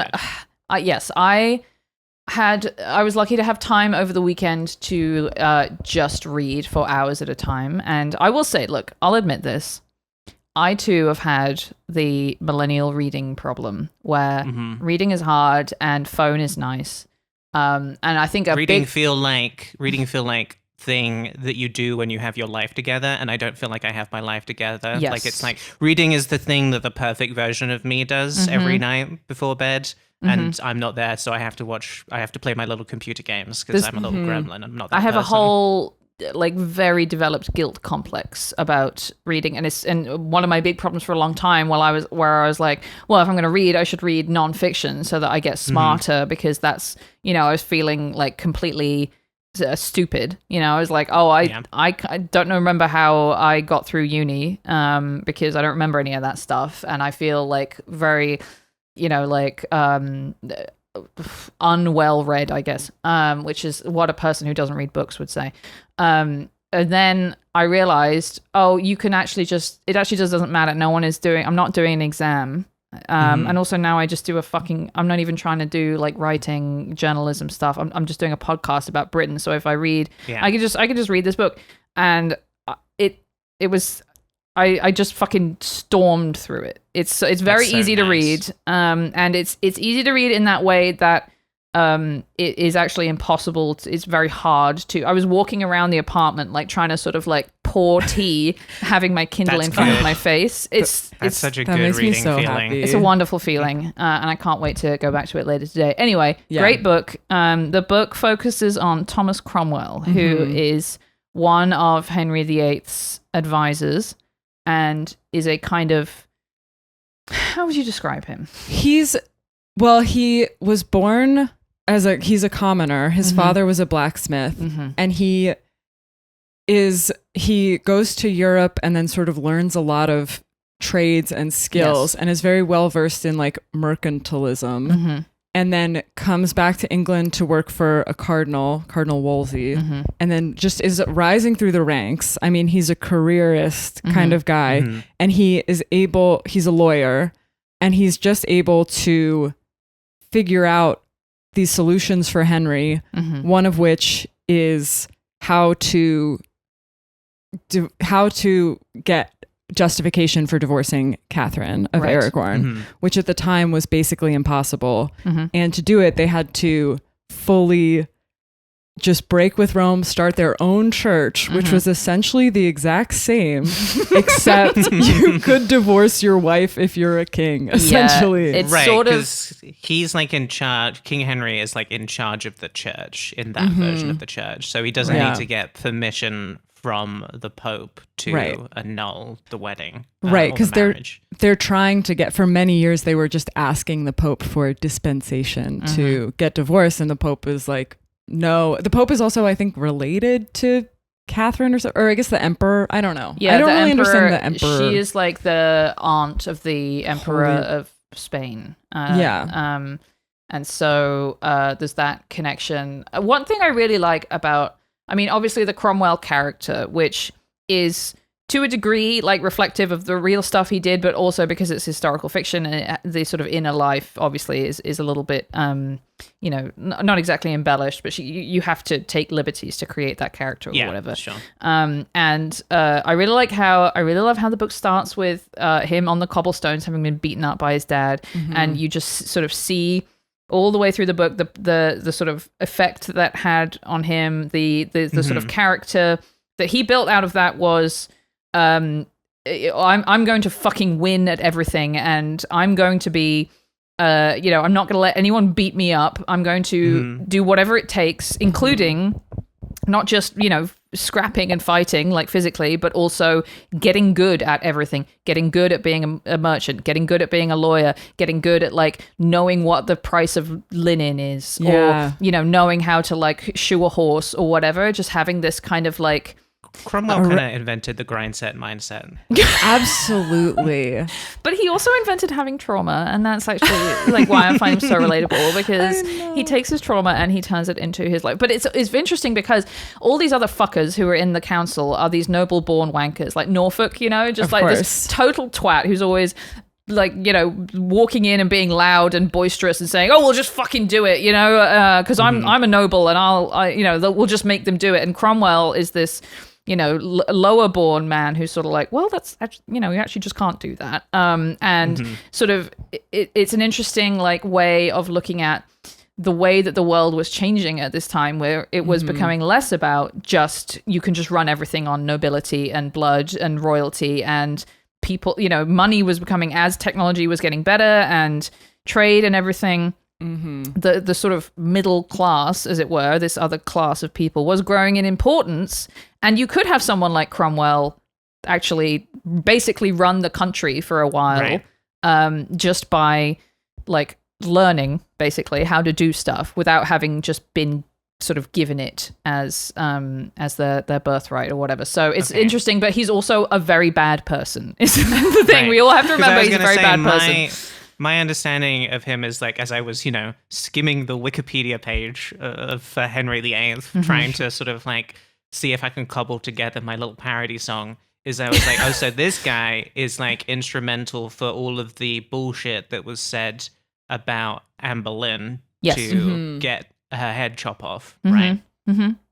Yes. Including, oh, you probably did incest with your brother. You fucked your brother. And Yeah, all, exactly. All of this stuff is like completely made up, but it's so yeah. My understanding is Henry's bummed out by the fact he still hasn't gotten a male heir from her, and feels betrayed by her, and is sick sort of her. Like, it's sick of her, and it kind of fashions that into, well, you probably did betray me then in lots of ways, and therefore you should die. And also, I kind of like this other chick, so I'm gonna be with her instead. Because she's meek. That's the thing about Jane meek and Seymour. pious. She's fucking boring as hell. That's what she is. She's just sort of it's great in the book. She's always just like sort of like standing around silently, which is obviously part of how she as a woman learns in her particular way learned to adapt in this insane situation. But I fucking love, and we're just gonna do some Wolf Hall talk for a bit. I love the scene where he's interrogating Mark Smeaton, the musician, who is the first person they get to confess, and he's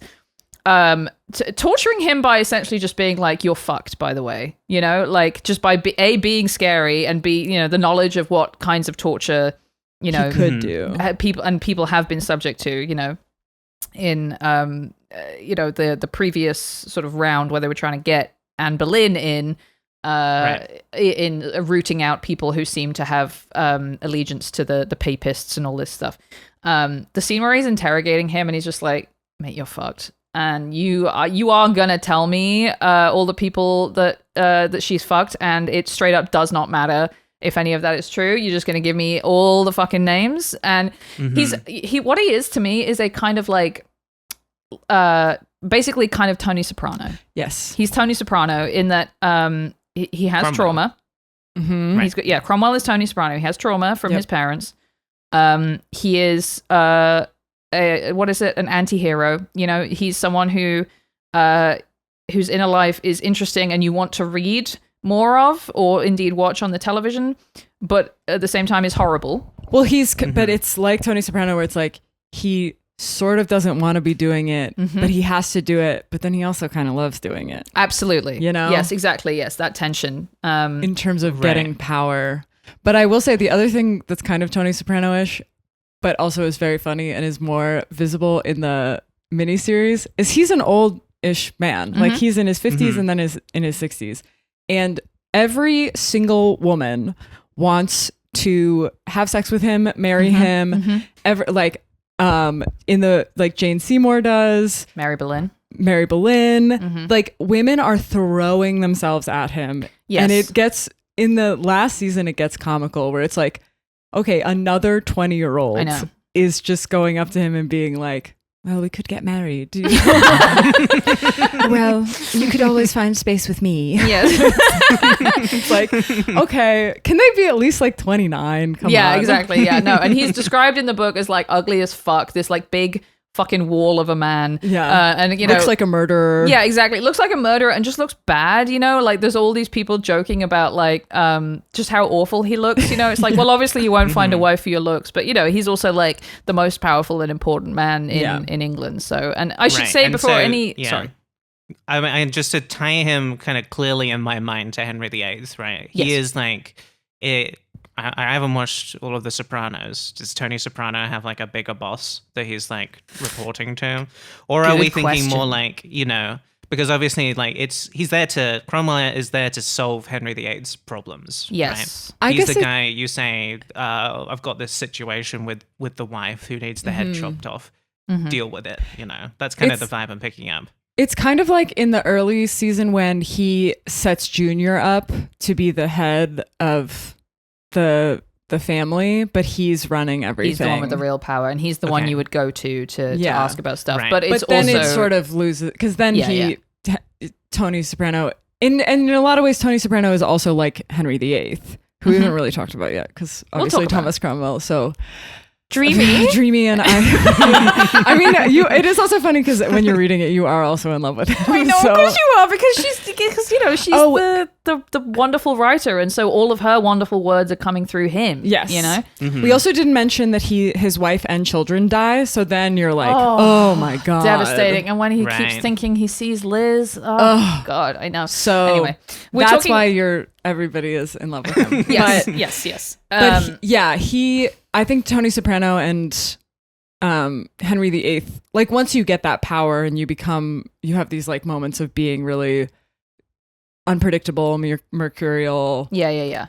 and have people catering to your whims. You can kill people who annoy you. Right, You know, it gets to your head. Last thing I want to say about Wolf Hall before we talk more about actually Henry VIII is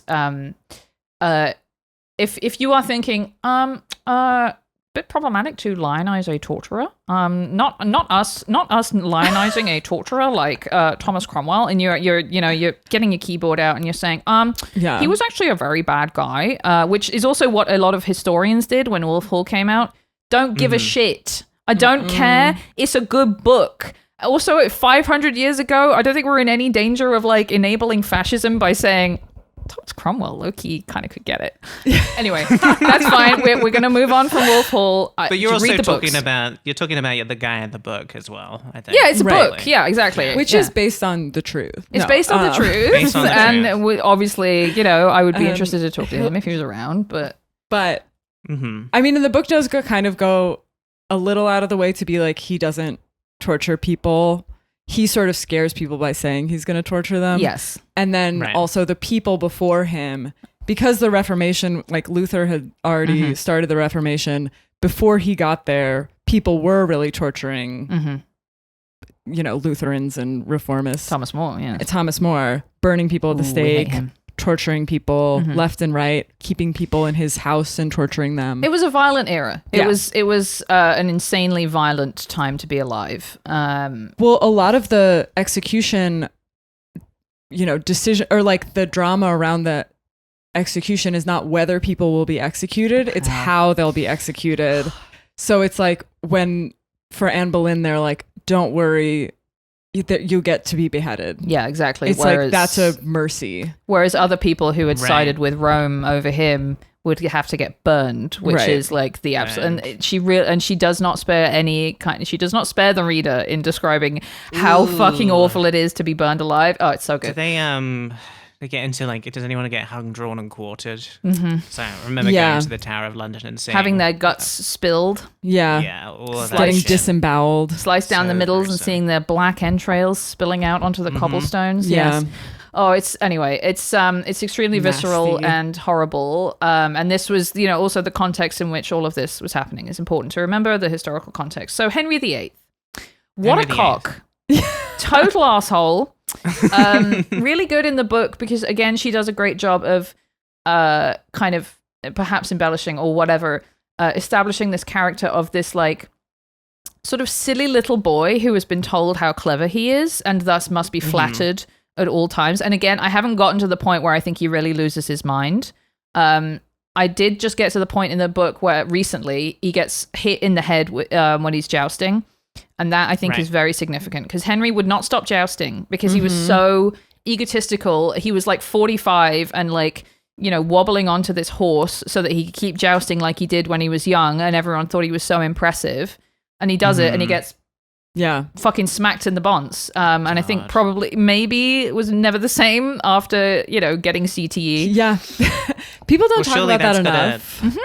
Surely that's, even if it's not going to just like, mess up your brain, that's going to mess up the perception of you as the king in everyone else's minds, right? Another great scene where they're like, in the book, someone comes to Thomas Cromwell and says, Henry VIII is dead. And he's like, oh, fuck. Because again, no one knows who the heir is going to be. He's got this daughter, Mary, with his first wife who fucking hates him, but he doesn't want, obviously we don't want a queen. How disgusting. Right. And she's Catholic. And she's, they all hate her. And then he's got this baby daughter, Elizabeth, with Anne Boleyn, who will go on to be Elizabeth I. Mm-hmm. You're waiting for Charlotte's That's one of the ones I know. Libby knows it. You know what? Actually, when I was a kid, I was obsessed with Elizabeth I because she had my name. Well, that's also, I feel like that's another, it's interesting that those two are kind of the biggest pop culture kings and queens. The Virgin Queen. The Virgin Queen. Mm-hmm. It's Henry VIII and Elizabeth. Yes. I feel like people don't know that much about Mary. No. Except for Bloody Mary. Yeah, she killed a lot of people because of her trauma. Because of her trauma. Because her daddy didn't love her because she was Catholic. I do think about that sometimes where it must have been so annoying to just be a normal citizen in England at that time. And you keep having to be like, okay, I guess now I'm Catholic again. Sure. Yeah. Now I'm Protestant. Just why does this keep going back and forth? Mm-hmm. Everybody's trying to kill me at all times. Right. Based on whether I can read the Bible or not, which I'm not going to because I'm a farmer. And they won't put it in English, they won't put it in like words I can understand. They won't let me read it, I thought that was the whole point. Well, they were translating it into English. I think, but that wasn't that Luther's thing? He was like, English, like the Bible should be in the tongue of the people. Or maybe they did have it in English or whatever. But it was for a long ass time. You weren't allowed to read the word of God yourself. You had to be told it by. That was the Catholic thing, and then the big thing with was translating it into English, and it was very dangerous to have a copy. Yes, exactly. Yes. Should we try and recapture the attention of the youth once more, real quick? Yes. Okay. I think this is what I thought you were going to do before. Let's do the thing that you thought I was going to do. Yes. Which is, so if you listen to our episode where we went over it was the Daily Mail episode where we talked about the barrister wigs. The barrister wigs. We brought up Englishman Mike, who explains the barrister wigs. And then on a later episode of What's All This Then Finest, bonus episodes, we dug a little bit more into Englishman Mike and discovered one video that he made about Henry VIII, and we thought we've got to double dip on this because we're doing Henry VIII and it's so good. So the video is called "Welcome to the Tudor Dating Show," which will hopefully explain more information about Henry's wives. Dana, do you want to describe Englishman Mike for the people who can't see him? Okay, he's in the process of yelling something. He has a red robe with a sort of like a fake stole over it. Can I draw your attention to this? Yes, clip held here? together with a binder clip. And then he's just wearing a normal white button-up shirt underneath. And he has a little poofy hat with a red feather sticking up. And it looks, I don't think that it is, but it looks like he has drawn his beard on with Sharpie and then tried to wash it off. It looks precisely like that. I think he has drawn it on. It does look extremely like he has made a huge mistake. And tried to scrub it off, and it's still there. Yes. So let's let Englishman Mike tell us a little bit about the wives of Henry VIII. Welcome to the Tudor dating show. I'm Henry VIII, and today I want to introduce... Sorry, I was wrong. This is not Englishman Mike. This is Henry VIII, guys. My apologies. And that's what he sounded like. Hello, I'm Henry VIII. I got confused. My bad. I'm Henry VIII, and today I want to introduce you to my 6 lovely wives. Let's meet the contestants. First up, Catherine of Aragon, the Spanish beauty that was with me for 24 years. She was kind and loyal and mother to my daughter Mary. But alas, no male heir. Swipe left. She was flirtatious, ambitious, and gave me a daughter, Elizabeth. She turned heads, but also lost hers. Swipe left. Jane Seymour. Sweet, gentle, and finally gave me a son, Edward. Sadly, she passed away soon after. Swipe left with a tear. Then You can never get over swipe left with Swipe a tear. left. I was wondering how he was going to manage that. Swipe left with a tear. soon after. Swipe left with a tear. Then there was Anne of Cleves. The delivery is Her marriage was not perfect. a political match, and let's just say she wasn't quite what I expected. We annulled it, but she became a good friend. Swipe left. Next, the young and lively Catherine Howell. She brought excitement to my court, but also a bit too much scandal. Another head rolled. Swipe left. Finally, Catherine Parr, the wise and caring one that outlived me. She took great care of my children, and me too. Swipe right, and there you have it. My 6 wives Swipe in a right. nutshell. Now I get it. I sort of I like, get it. I understand the concept. It is funny to think that like swiping right is something you only do on the person that you are married with for the rest of your life. And it's not something that you do on, for example, anyone who is like barely attractive enough for you to consider talking to them. Yes. Mm-hmm. Yeah, it's Or also- however you use those apps. It is Sure. confusing that he Yeah. swipes left after they've dated. Right, and exactly. died. Yeah, Mhm. yeah, exactly. Or, you know, divorced or whatever. It's, swipe left with a tear. Swipe left with the left. tear. Yeah, so basically you don't need to read Wolf Hall, just watch Englishman Mike's video and you'll understand all of the thing about Henry VIII. Well, you can also watch, I did also watch The Tudors, which is the very trashy So much HBO sex in that. show. Yeah, that is also, it's like all of Henry VIII. Mm-hmm. So you do really get the whole thing. And it is so horny. And some of it is, I think some of it is good. I think but yeah, it's certainly no Wolf Hall. It's no Wolf Hall. Yeah, I remember it. I remember it being on TV. I think I remember Charlie Brooker talking about it and just seeing clips of it from that. And it is yes, extremely trashy, and it's just like so much fucking shagging in that because he was shagging. Henry VIII was shagging. Right. I was reading his Wikipedia because he did have mistresses, obviously, because he ended up marrying some of them. He had an illegitimate son whose name was Henry Fitzroy, I believe, and was Okay. named that because it means son of the king. So they just really wanted to make clear this is the king's son. Okay, so if everything else goes tits up, He we can know. do it. Yeah, exactly. Right? Just in case you weren't sure. And he acknowledged his son, and eventually, when was sort of pretty open about like, yeah, this is my illegitimate son, Henry. I think he dies. Even Henry VIII's surviving male heirs. They all died. They all die. Actually, young. all his Well, children it was died. a long time ago. So They're they all would all dead. They're all They dead, would which all is be the dead crazy by thing. now, Yeah, surely. exactly. It's so Yeah. weird. Spoiler alert, When you they're all think about dead.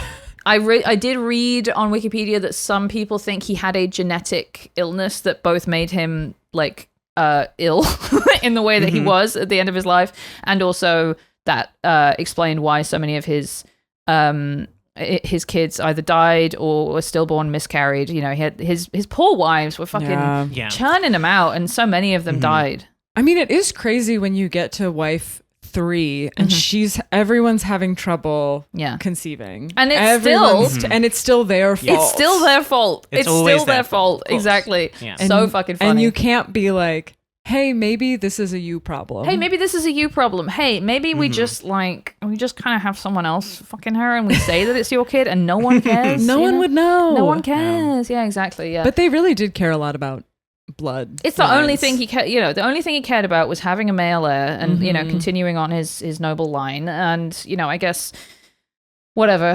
I don't get it personally.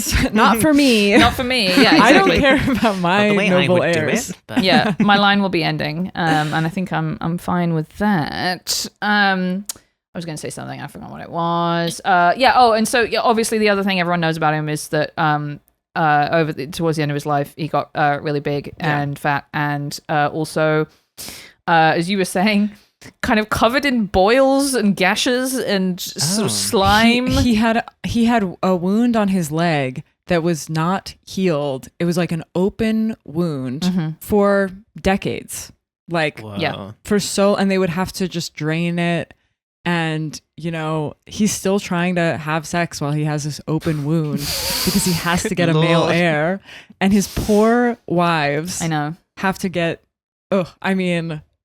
nasty. Talk about wife I carrying. did not know he was like, I guess I didn't remember he was quite that fucked up. He was disgusting towards the end. Yeah. He had gout. And I think that's a main thing that they teach Americans. Like, that's the thing that I remember is being like, of course they do. This fatso guy with his 6 wives and he killed them. And like, because I think it is kind of like an anti-British indoctrination where they are sort of turning you against the monarchy by being... Like, this tyrannical king who was genuinely tyrannical. Yeah. This is what could have happened. This is what we got out of. This could have been us. Anyway, don't look at what the current president looks like or sounds like. There is a rumor or like a sort of possibly faux historical thing about his coffin exploding after he died because he was so like full of gas and pus and slime and oil. That would be and stuff. I would love it if that's how the Wolf TV show ended. they're just all at his funeral and it just go and it's so serious and like very literary up until that point, and then suddenly it's just like a comically large explosion. Just viscera everywhere.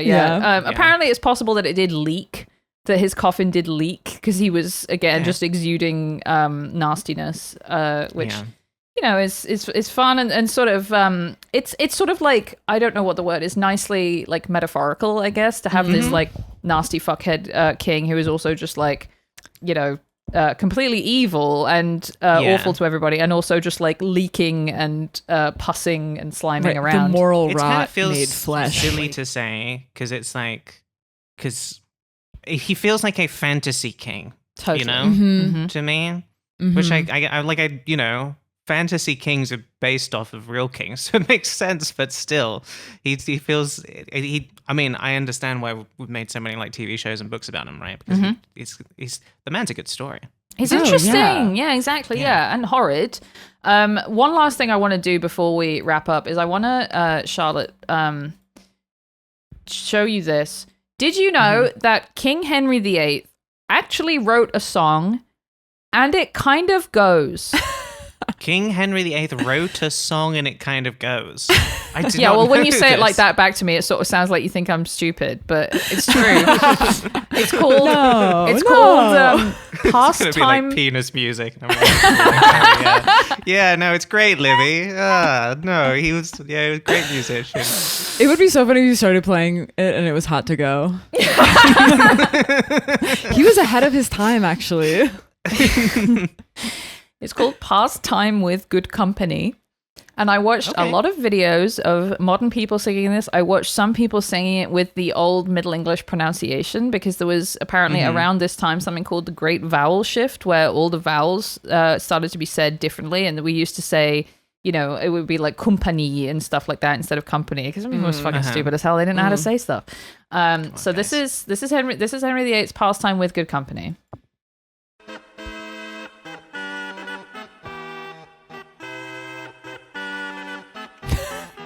It's like a kazoo. Kind of does sound like Yeah, penis music. the instrument choice on this particular recording is odd.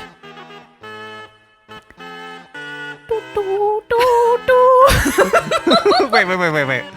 Is there There singing are in lyrics. it, or is this there are just... lyrics, yeah. Okay. Let me skip ahead.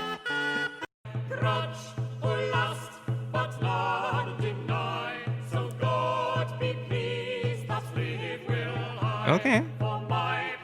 It's Henry. That's Henry? Okay. If you're just doing the audio, you couldn't see a picture of old Henry VIII.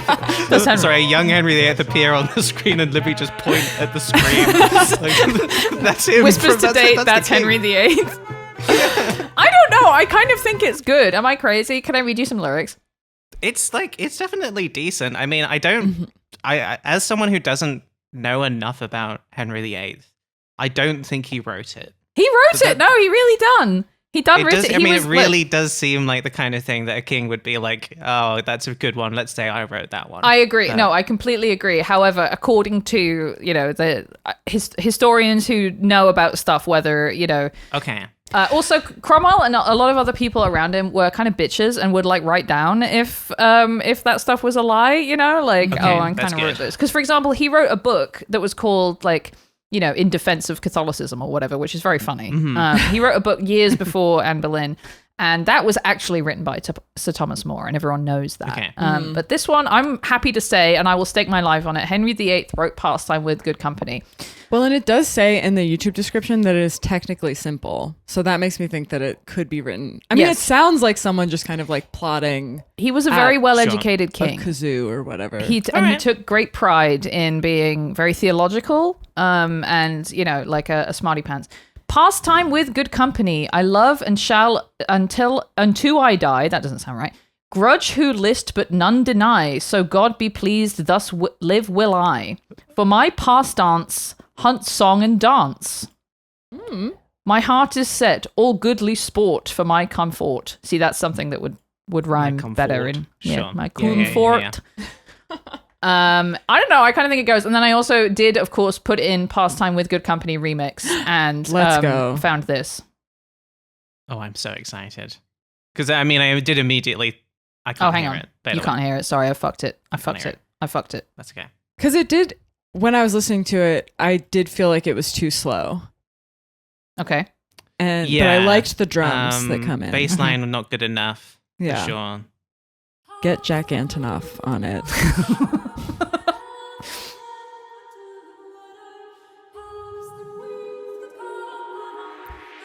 Can't wait for this beat to drop. Here we go.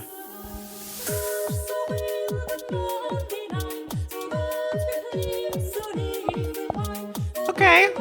Right? And this was remixed by King Henry VIII.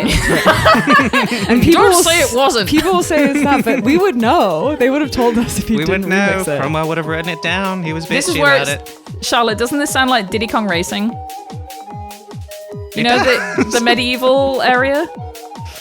I like this. Okay, this does go hard. That's what Yeah. I'm saying. Okay, now that you've wrapped it up sort of like in a nice little package that is sort of like in the same way that, Wolf Hall is going to be like, we're going to make Thomas Cromwell kind of sexy so you get into the book. Now that you've put the beat behind that song, I can, all right, I'm happy to say. With good company. I've been singing that around the fucking apartment. I have to tell you, I've been going, oh, goodly sport. I've had it stuck in my head since last night. Okay, now I really, rocks. really do want you to write a parody song that uses that as the bass, and I don't Okay. know what the song is, but... So I did think last night, I only discovered this last night, and I did think, do I have time to write a Pastime with Good Company parody song? And I decided not to, and I'm glad, because obviously Fair it would have enough. looked like shit next to the Chapel Roan one. But Yeah. I mean, Pastime with Good Company, let's just think what that could be. Something with...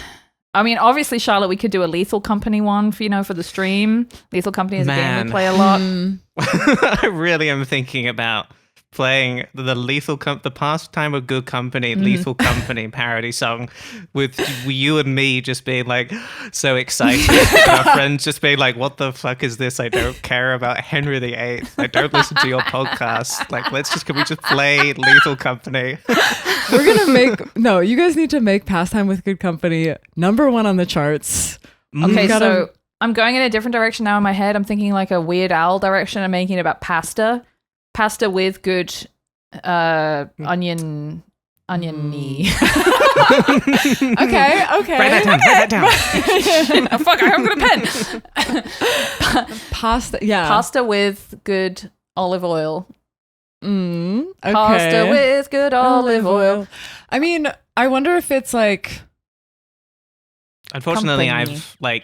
I've watched too much Girl of Kings, and so I'm just thinking pasta with good cum and pee, right? Oh, Right. that's That's fun. That's all I'm thinking. Pastime with good cum and pee. I love to pee and poo. For my pastance, I've got a long big and gash piss. on my leg, Yeah. and Uh-huh. don't you want to fuck me? I'm the king. I'm We'll King work on it. Henry. We'll work on it. Yeah, exactly. Yeah, It's yeah. a hard meter to work with. It's a very tough It doesn't meter, feel yeah. like something I'm familiar with. I just think it's good. It is good. I just kind of think it's good. It kind of, honestly, I was listening to it and I was like, I could imagine this in like Zelda, this melody Yeah, in for a sure. Zelda thing. Anyway, should we rank Henry VIII on our supermarket tier list, Charlotte? Let's rank Henry VIII. So we need to decide where on our supermarket-themed tier list to place him. Is it going to be S tier, which is Waitrose, A tier, Marks and Spencer, B, which is Sainsbury's, C, Tesco, D, Morrison's, E, Asda, or F, Iceland? I really did get really scared when I remembered that we had to rank Henry VIII. It really does feel like something I didn't think about the fact I needed to do enough research into him to understand him well enough to do that, to actually make the judgment. So what I'm going to do is I'm just going to wait for you guys to rank him, and then I'm going to just sort of adjust based on that, I think. Charlotte, can I also just speak a little bit to that part of your brain that got scared there? Uh-huh. Doesn't matter. I know it doesn't matter. Doesn't matter. Well, but I also feel like you can rank your impression of him. Yeah. In your life, or even just this having to learn about him against your will, that can factor in. Yeah. You know, my own. I'm ranking Henry VIII as he exists in my head. I'm going to and in rank my Henry life. VIII as I know him from Wolf Hall, and Sure. no one can stop me because it's my podcast. And if anyone's mad at me about it, it's like, he was actually pretty problematic. Here's what I say. I'm really sorry. I did that. I'm really sorry I did that in my head. No, I'm just kidding. I'm going to go ahead and say Henry VIII. Huge twat, although maybe is it kind of good that England ended up not being Catholic, because I hate the Catholic Church so much. Maybe that is kind of cool. Plus, he looks kind of cool. Oh, Charlotte, I sent Charlotte last He's night. so wide, right? Yeah. He's I really know he was wide. big, but also in paintings and stuff where he was not depicted as a fat man. He's just it seems like his He was shoulders big. are Yeah. 4 times the length that they should be. well, I think that was also the style at the time, where everybody had just the clothing was crazy, and then they get the puffy sleeves. Yes. So it's sort of the point is just being as wide as possible. Yeah. Also, they didn't have heating, so they had to just Yeah. wear a lot of clothing. And England is cold. Yeah. It's Yeah. grey. Well- Another great thing about Wolf Hall, she's always complaining about the weather. Sorry. Yeah. Karen. Well, that was the other thing. nice. It is fun to think about sort of how England existed in European consciousness at the time, when everyone was like, this is just like a smelly island full of gross, muddy heretics. And everyone thinks that they're backwards. Yeah. And it's fun to just be like, Yeah.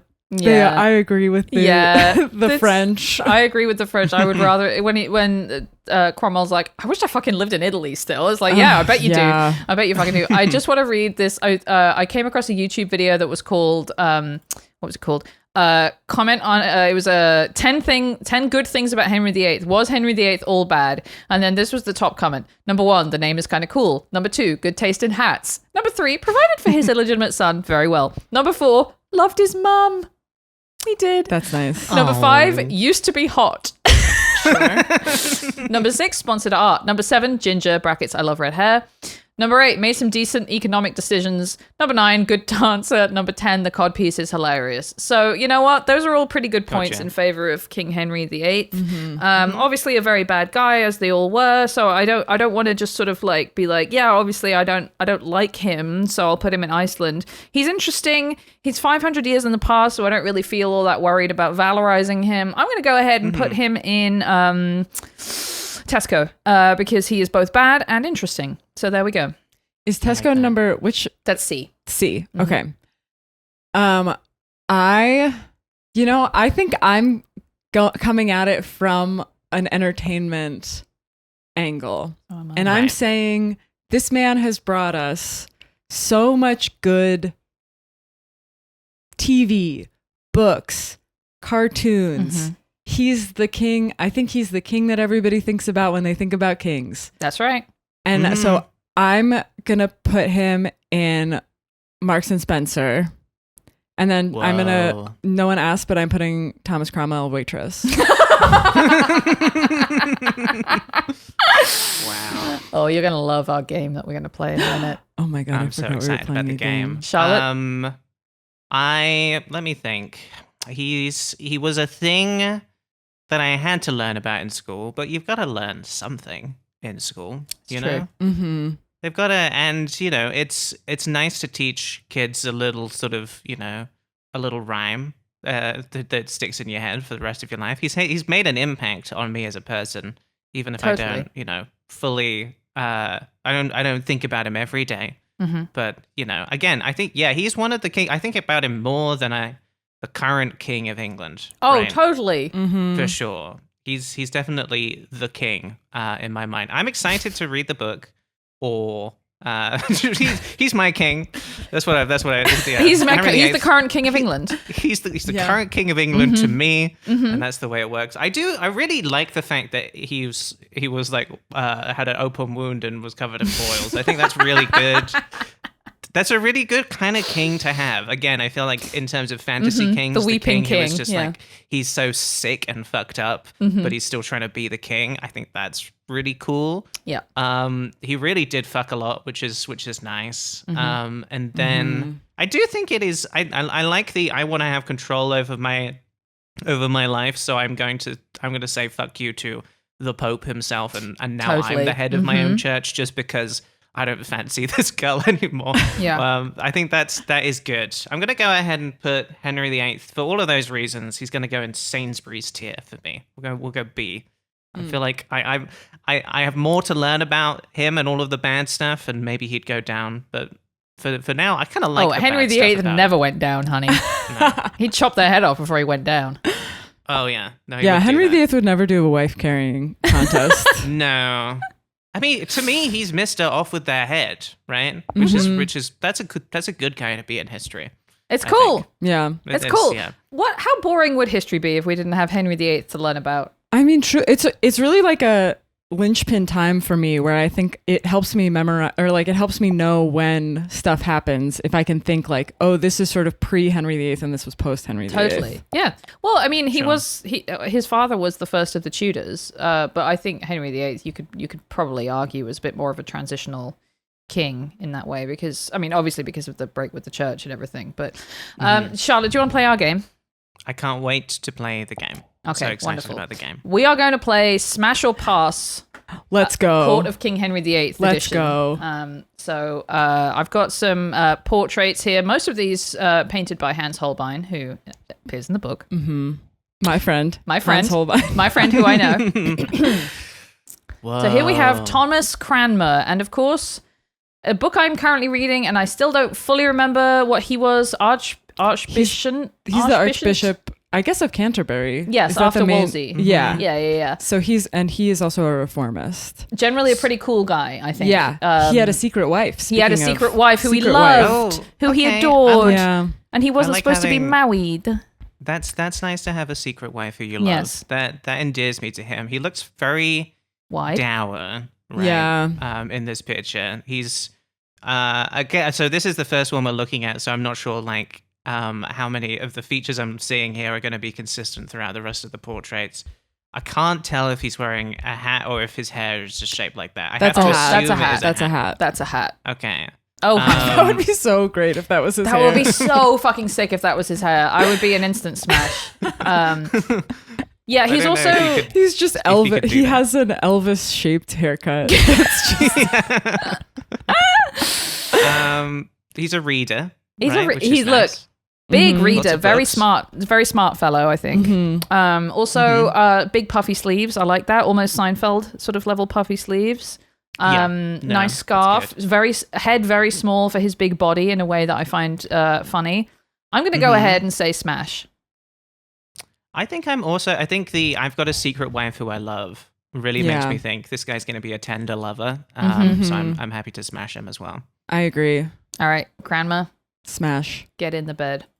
We're going to Thomas More. Okay. Now, Thomas More. controversial Thomas More, who was, at least in Wolf Hall, a psycho who sucked and refused to renounce fucking, refused to swear an oath to Henry when he done marry Anne Boleyn because he believed so much that he was actually not married to Anne Boleyn because it was not right to do that with the church, with the Catholic Church. And thus died for it in a way that I do not respect because it's stupid. Sure. Oh, you died for your beliefs? Well, your beliefs sucked, honey. However, in this painting, kind of hot. He looks like De Niro with a bigger nose. Oh my God, he does. He looks like wide De Niro. Yeah. Smash. He actually reminded me more of like, I know this is a real painting, but he reminded me more of like an AI realistic like Lord Farquaad. Oh my God, you're right. Okay, pass. It kind of put me off. I also just noticed his hair, which is very Farquaad-y. Yes, he's got this sort of the sort of long curly bits. He is a cunt to his wife in the book, isn't he? He is. Pass. I with a tear for me because with a tear. No, I do think he looks hot. I'll fuck him. Fuck him. It's I think we could get nasty with it. By the sounds of things, we're just fucking. We're not marrying. That's all. Yeah, exactly. Yeah. Oh, we should have done fuck, marry, kill. Anyway, it's fine. Cardinal Wolsey, whose name is also, by the way, Thomas. Hella Thomases in this book. Too many. Luckily, we get to call him Cardinal. Now, this is not a great portrait of the man, but it is sort of how I imagine. I think he is sort of like a big fella, right? Yeah, probably. Pretty big fella. Yeah. A big sort of, in my head, he's a sort of corpulent Santa-ish type of guy. When I'm reading Wolf Hall and reading Cardinal Wolsey, he's kind of going ho ho ho. Right. That's right? Yeah. He's very benevolent to Thomas Cromwell. They have a sort of father-son type of relationship. Right. And therefore he is daddy, so that's kind of nice. Okay. Red hat looking nice, I think. I like the red hat. I don't know. To me, immediately when I looked at him, I was like, that's a fucking nerd. He was very clever, so yeah. Very clever. I don't know. I don't like the pointy chin for me. It's not doing it for me. Yeah, his jaw is throwing me off. Yeah.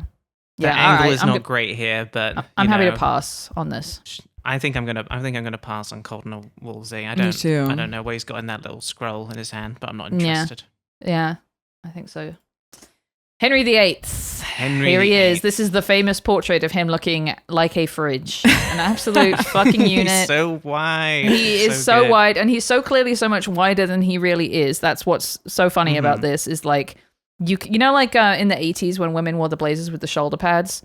He's got like an American football fucking outfit on. But it just is the way that his arms are protruding. If you imagine that his shoulders are there... It's freakish. Comical. So the question is sort of, would it be kind of funny to fuck a guy who looks like a fridge? I don't even think funny. It could just be nice, you know. So he fucks a lot, right? Yes, Is what you were saying, right? I do, and I guess it's hard to know if the people want to fuck him because he's a king or if he's just good in the sack, I suppose, but. He's definitely not, by the way, because there's a lot of stuff in Wolf Hall about how they're all laughing at him for being shit in bed. I mean, that's important information. That is important. You don't get that information about. We don't have that from anyone else. Figures, right? Yeah, exactly. Right. Yeah, That is important. I need to convey how much he's the fridge. It's like he's like a snowman. You know, it's a square with legs and a head. It is truly not like any other human shape. And his face is not attractive. No, I should have done a zoomed in one here, but his face is, I'm sorry to say it, extremely English. He is 100% a pub bloke. And also, if you do smash, there is a risk that either he or someone else will kill you. So I'm going to go ahead and say pass. That is the big one, I think. It's like you do not want this guy to fall in love with you. Because your fate is not looking good historically. Like what he's going to do next. So big pass for me on fucking the king, I think. Right. Ditto. Charlotte, you're not. I meant Dana. Sorry. It's two women. I'm so confused. How do you pronounce this? Carew? Carew? I'm not sure. Nicholas Carew. I can never. He's one of the characters who, when he shows up, I'm like, what's this guy's deal? Yes, and there's so many There's times. so many of those. I know. There's just so many characters. He's a nobleman in one of the highest aristocratic families. Yes, one of the old families, and is thus sus a lot of the time, and is plotting and scheming. I also mostly chose this because there was a good portrait of him, and there weren't good portraits of other guys I wanted to do. Sure. Is that a lump in his pants? Yeah, the cod piece is crazy. Yeah, okay, just the cod piece is protruding. For sure. To have it sticking out, being like, it's so large that it's actually shifting the pleats on my armor out of the way, which defeats the purpose of the armor. Yes. So you're going to battle, just dick out. Yes, exactly. Hey, everybody, look at my cock. It is so funny that they had cod pieces, by the way. Like, just a completely insane thing. You know, they were so horny. Yeah. They're so horny. I'm going to say pass because he just looks dour, you know? Right. If this is the best photo that they could get of file photo, yeah. Yeah. Take another. No, I mean, it's cool that he's got armor, right? And it's cool that he's got a sword. Those are things it's cool. that it's nice to have. But two swords, it maybe looks like. He does look like his face is sort of like, his skin is sort of dripping off his face a little bit. Yeah. Which is it's not really what I don't want to look at this guy. Maybe I'd peg him. But I wouldn't want to be looking in his eyes. I'll just say pass. Bad I'll hat. Say pass on this guy. I will say also bad really hat. bad hat on this guy for The sure. fur. Thomas Audley. Now, Audley, I don't remember who this is. I think he is the Lord Chancellor when Cromwell is the Master Secretary. Right? I don't. I genuinely don't remember him. It's so much more embarrassing if I don't remember because I'm just again read the book as recently as yesterday. I mean, there are a trillion characters. There's so many of them, and they're all called Thomas. It's not important what he did. It's important if we want to fuck him or not. Yeah, exactly. Yeah. That's right. Another guy who looks wider than he certainly was. He's got like 8 or 9 robes on, it looks like. Yeah. I like his little scarf or, stole or fur trim of his robes or whatever. He's kind of got fuck me eyes, I think. No. What? Yeah, no, I think he's kind of being like... What? He looks like a guy who's mad at you on the train for talking too loudly. He does look exactly like that. But isn't that kind of hot, ladies? Yeah, disapproving daddy. Yeah, exactly. Yeah, no, I do not think that this man is hot. He looks, you know who he looks like is Andrew Sullivan. Wow, that's really telling that you think that no, that's interesting. Pass. Interesting. Pass on the guy who looks like Andrew Sullivan. I pass on him. I say no. I don't know. This guy looks cozy to me, and I think those hands look really soft, which I do like as well. That does feel important. It is like we've got to smash some of these guys. We got to smash some of them. Otherwise, who are we going to smash? No, I think I'm we looking smashed for one. reasons I say to fuck smash. Thomas Audley. A man I I'm talking myself into going history. home with Thomas Audley.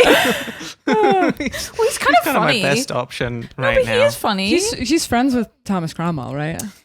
So you can sort of use him to get closer. Because people did that. You know. Yeah. I think I'm he'd fine make with me laugh. I think he'd take care of me. I think we'd have a good time. So I'm going to say smash on Thomas Audley. And Thomas Howard. Now this is fucking Norfolk, right? Oh yeah. Okay. This is Anne Boleyn and Catherine Howard's uncle. Yes. So that is also crazy that he married 2 of his cousins? Cousins. 2 cousins. Okay. Ugly. Very This ugly guy's man. got like a yellow magic wand or something. He does, yeah. It looks like a what snooker he's got. cue or something, isn't it?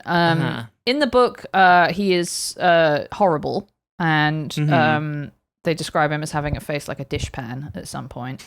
And I don't even know what that is. Sounds bad. Yeah, bad, flat. And I think he looks bad here. Yeah. I do like his ermine, but other than that, I would not smash. The red parts of his sleeve look like a Patagonia. Yes. Puffy coat. It's the Uniqlo, the down. Yeah, the parka. The parka, yeah, exactly. Yeah, it His looks picture exactly was taken like that. outside, you know. Yeah. To stay warm. Exactly. No, he's not. He's not doing it for me. There's nothing to Unfortunately. recommend him. No, not at all. No. And we hate him in the book as well. So we're going to go ahead and pass. I don't like his yellow stick. You don't like his yellow stick? Yeah. No, what is that? I don't. No. What is don't that? know. Honey, what are you even doing with your yellow stick? What are you doing with your yellow stick? It's like a toddler who can only have the picture taken if he's holding his special yellow stick. Aw. Well, now I like it. And finally, it's our boy, Thomas Cromwell, looking unbelievably here, I think, like James Gandolfini. Like, I'm sorry. Yeah. Isn't he? Okay. Isn't he looking like, isn't he giving? He's you can almost hear him going, Yeah. Yeah. looking fierce and wide and cross, just like he is in the book. I'm going to go ahead and say smash. Oh, I'm smashing, Of course baby. we're smashing because we've read the book and he's so nice in the book. And Well, given everything you've told me about this guy, I am going to go ahead and say would never fuck him because he seems quite problematic. Yes! I would not want to be included in any of that stuff, so thank you very much. No, it seems like sort of a nasty man. I think it'd be quite strange to want to have sex with Thomas Cromwell, He is if you quite ask a nasty man.